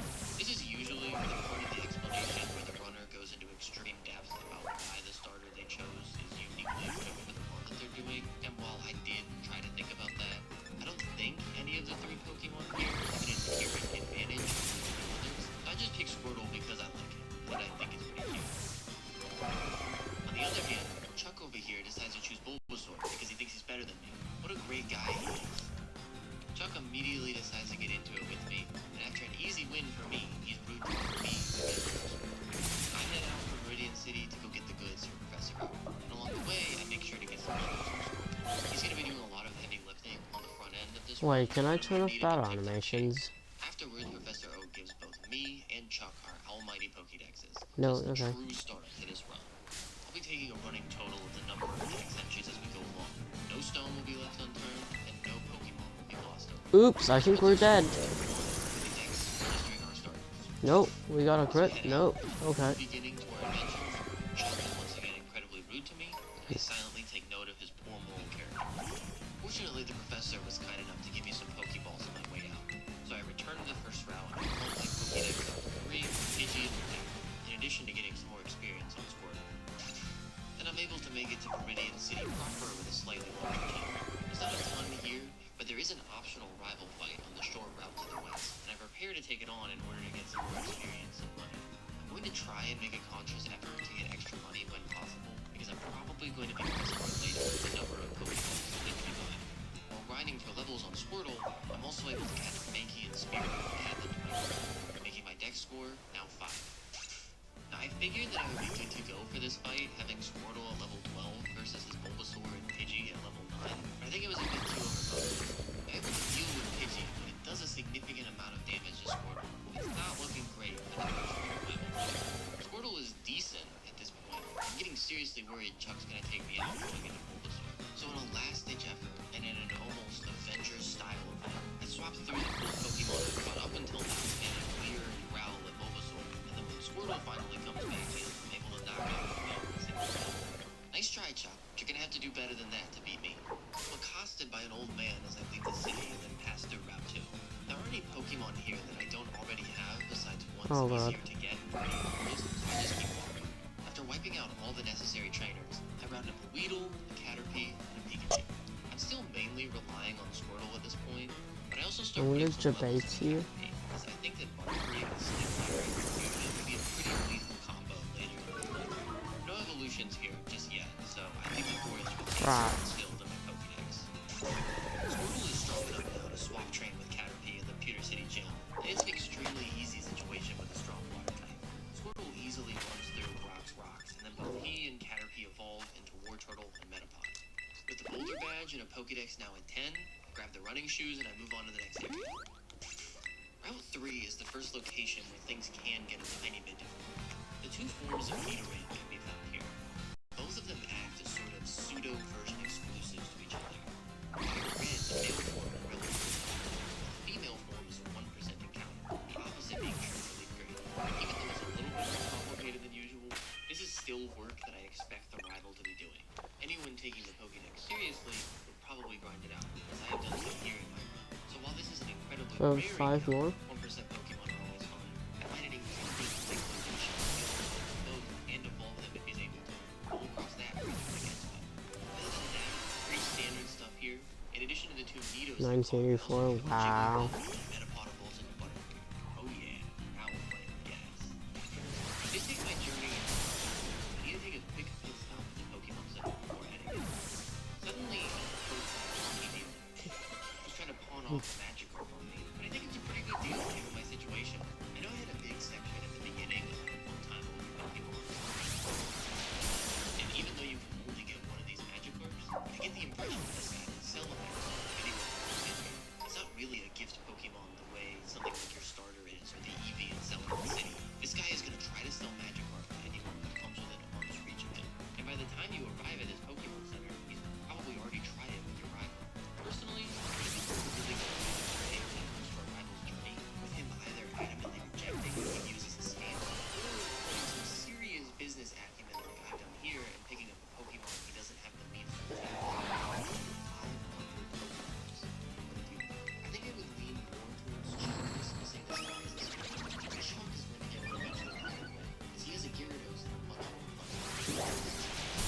There we go, we're done. City before the tunnel. So this one really goes either way. For Spadef, most of my Pokemon does need Spadef, and Polytone needs it maxed. But at this point, I'm just gonna do 6 for everyone else, and then I will use vitamins, because I haven't used vitamins ever yet, and I think we're at the point where just a bit of money won't hurt, would it? So let's see, what gives 2? Floette gives 2. So we can go up here, we can kill 3 Floette, and then we can go buy some vitamins for Politoed. Oh my god, that was a long session. But I'm glad that my team is now more prepared than before for the indigo disc. Floette number 1. I selected the wrong move. Oopsie whoopsie, whoopsie whoopsie whoopsie. Let's use Flash Cannon. Oh, apparently I already have Flash Cannon. Okay. That's one of the moves that I'll actually use.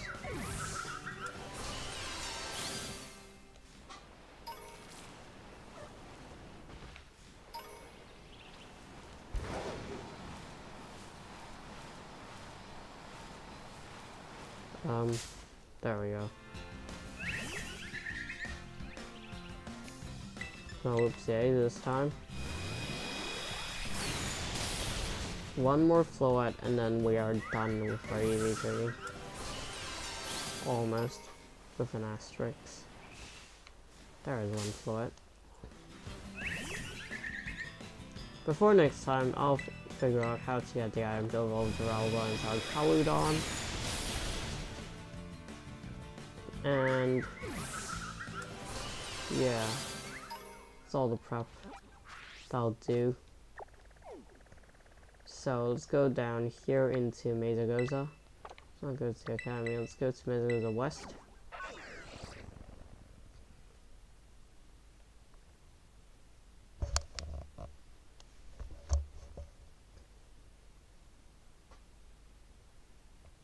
And we will go buy some vitamins for our Politoed. So that's our team. Our wonderful team.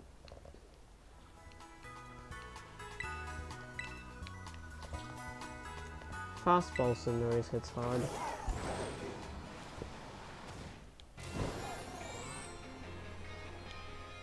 I don't even know how to get Fastball Cinderace. I'm not aware of any game where you can catch it before, like Indigo Disc. But I got it from a trade person who was trading it away for Reject, so.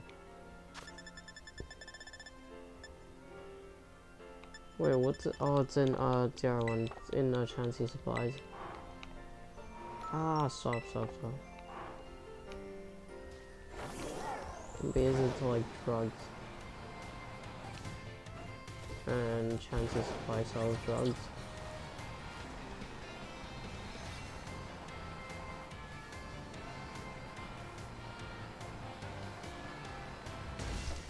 Okay, I am pretty sure after this detour, we're done. So,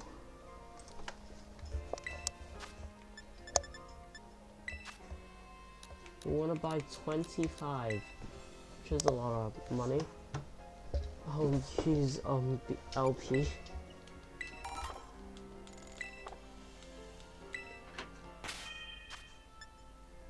And I'll use them on Politoed.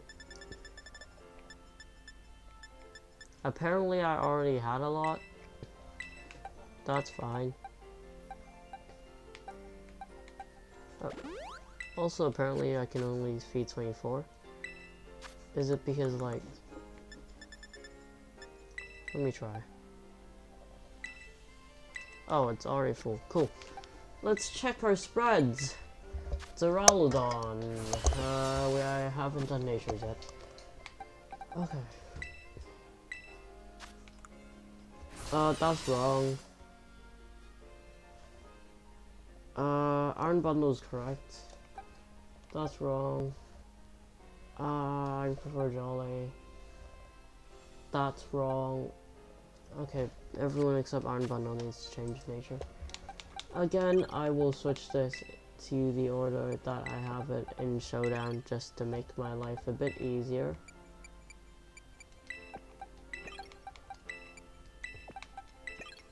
So, Cinderace needs a Jolliment.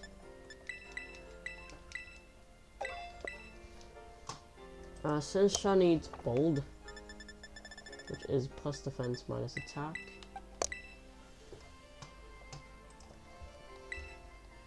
Polito needs Calm, which is the same thing but for Spidef. And I think it's Jolly and Timid. Yep. Jolly nature. I wouldn't do this if it wasn't for EVs, but I was like, we are already going through all this effort to change their EVs, so why not also do natures? Because like, they go hand in hand really. So, full Spatak and full speed. This is full defense and full HP. This is full speed and full Spatak. This is full Spadef and full HP. This is attack and speed. And this is Spatak and speed. Wow.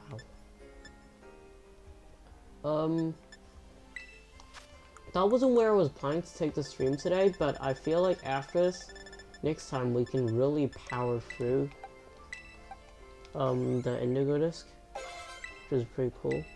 I'll use like 2 more cells. I'm gonna get like kinda on par with everyone else, at least.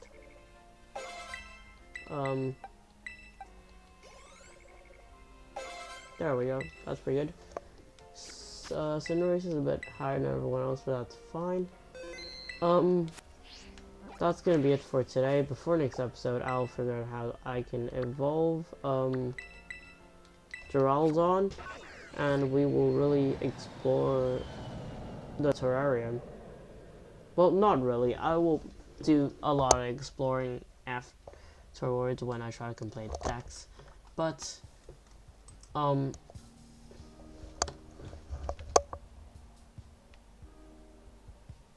next time we will probably be completing the story.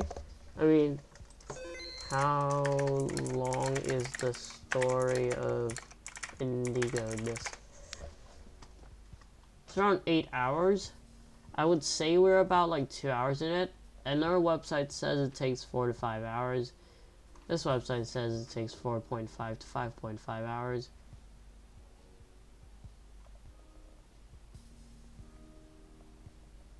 Another says 7 hours, so I have no idea.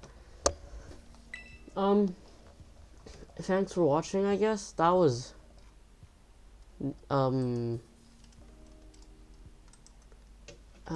what I expected to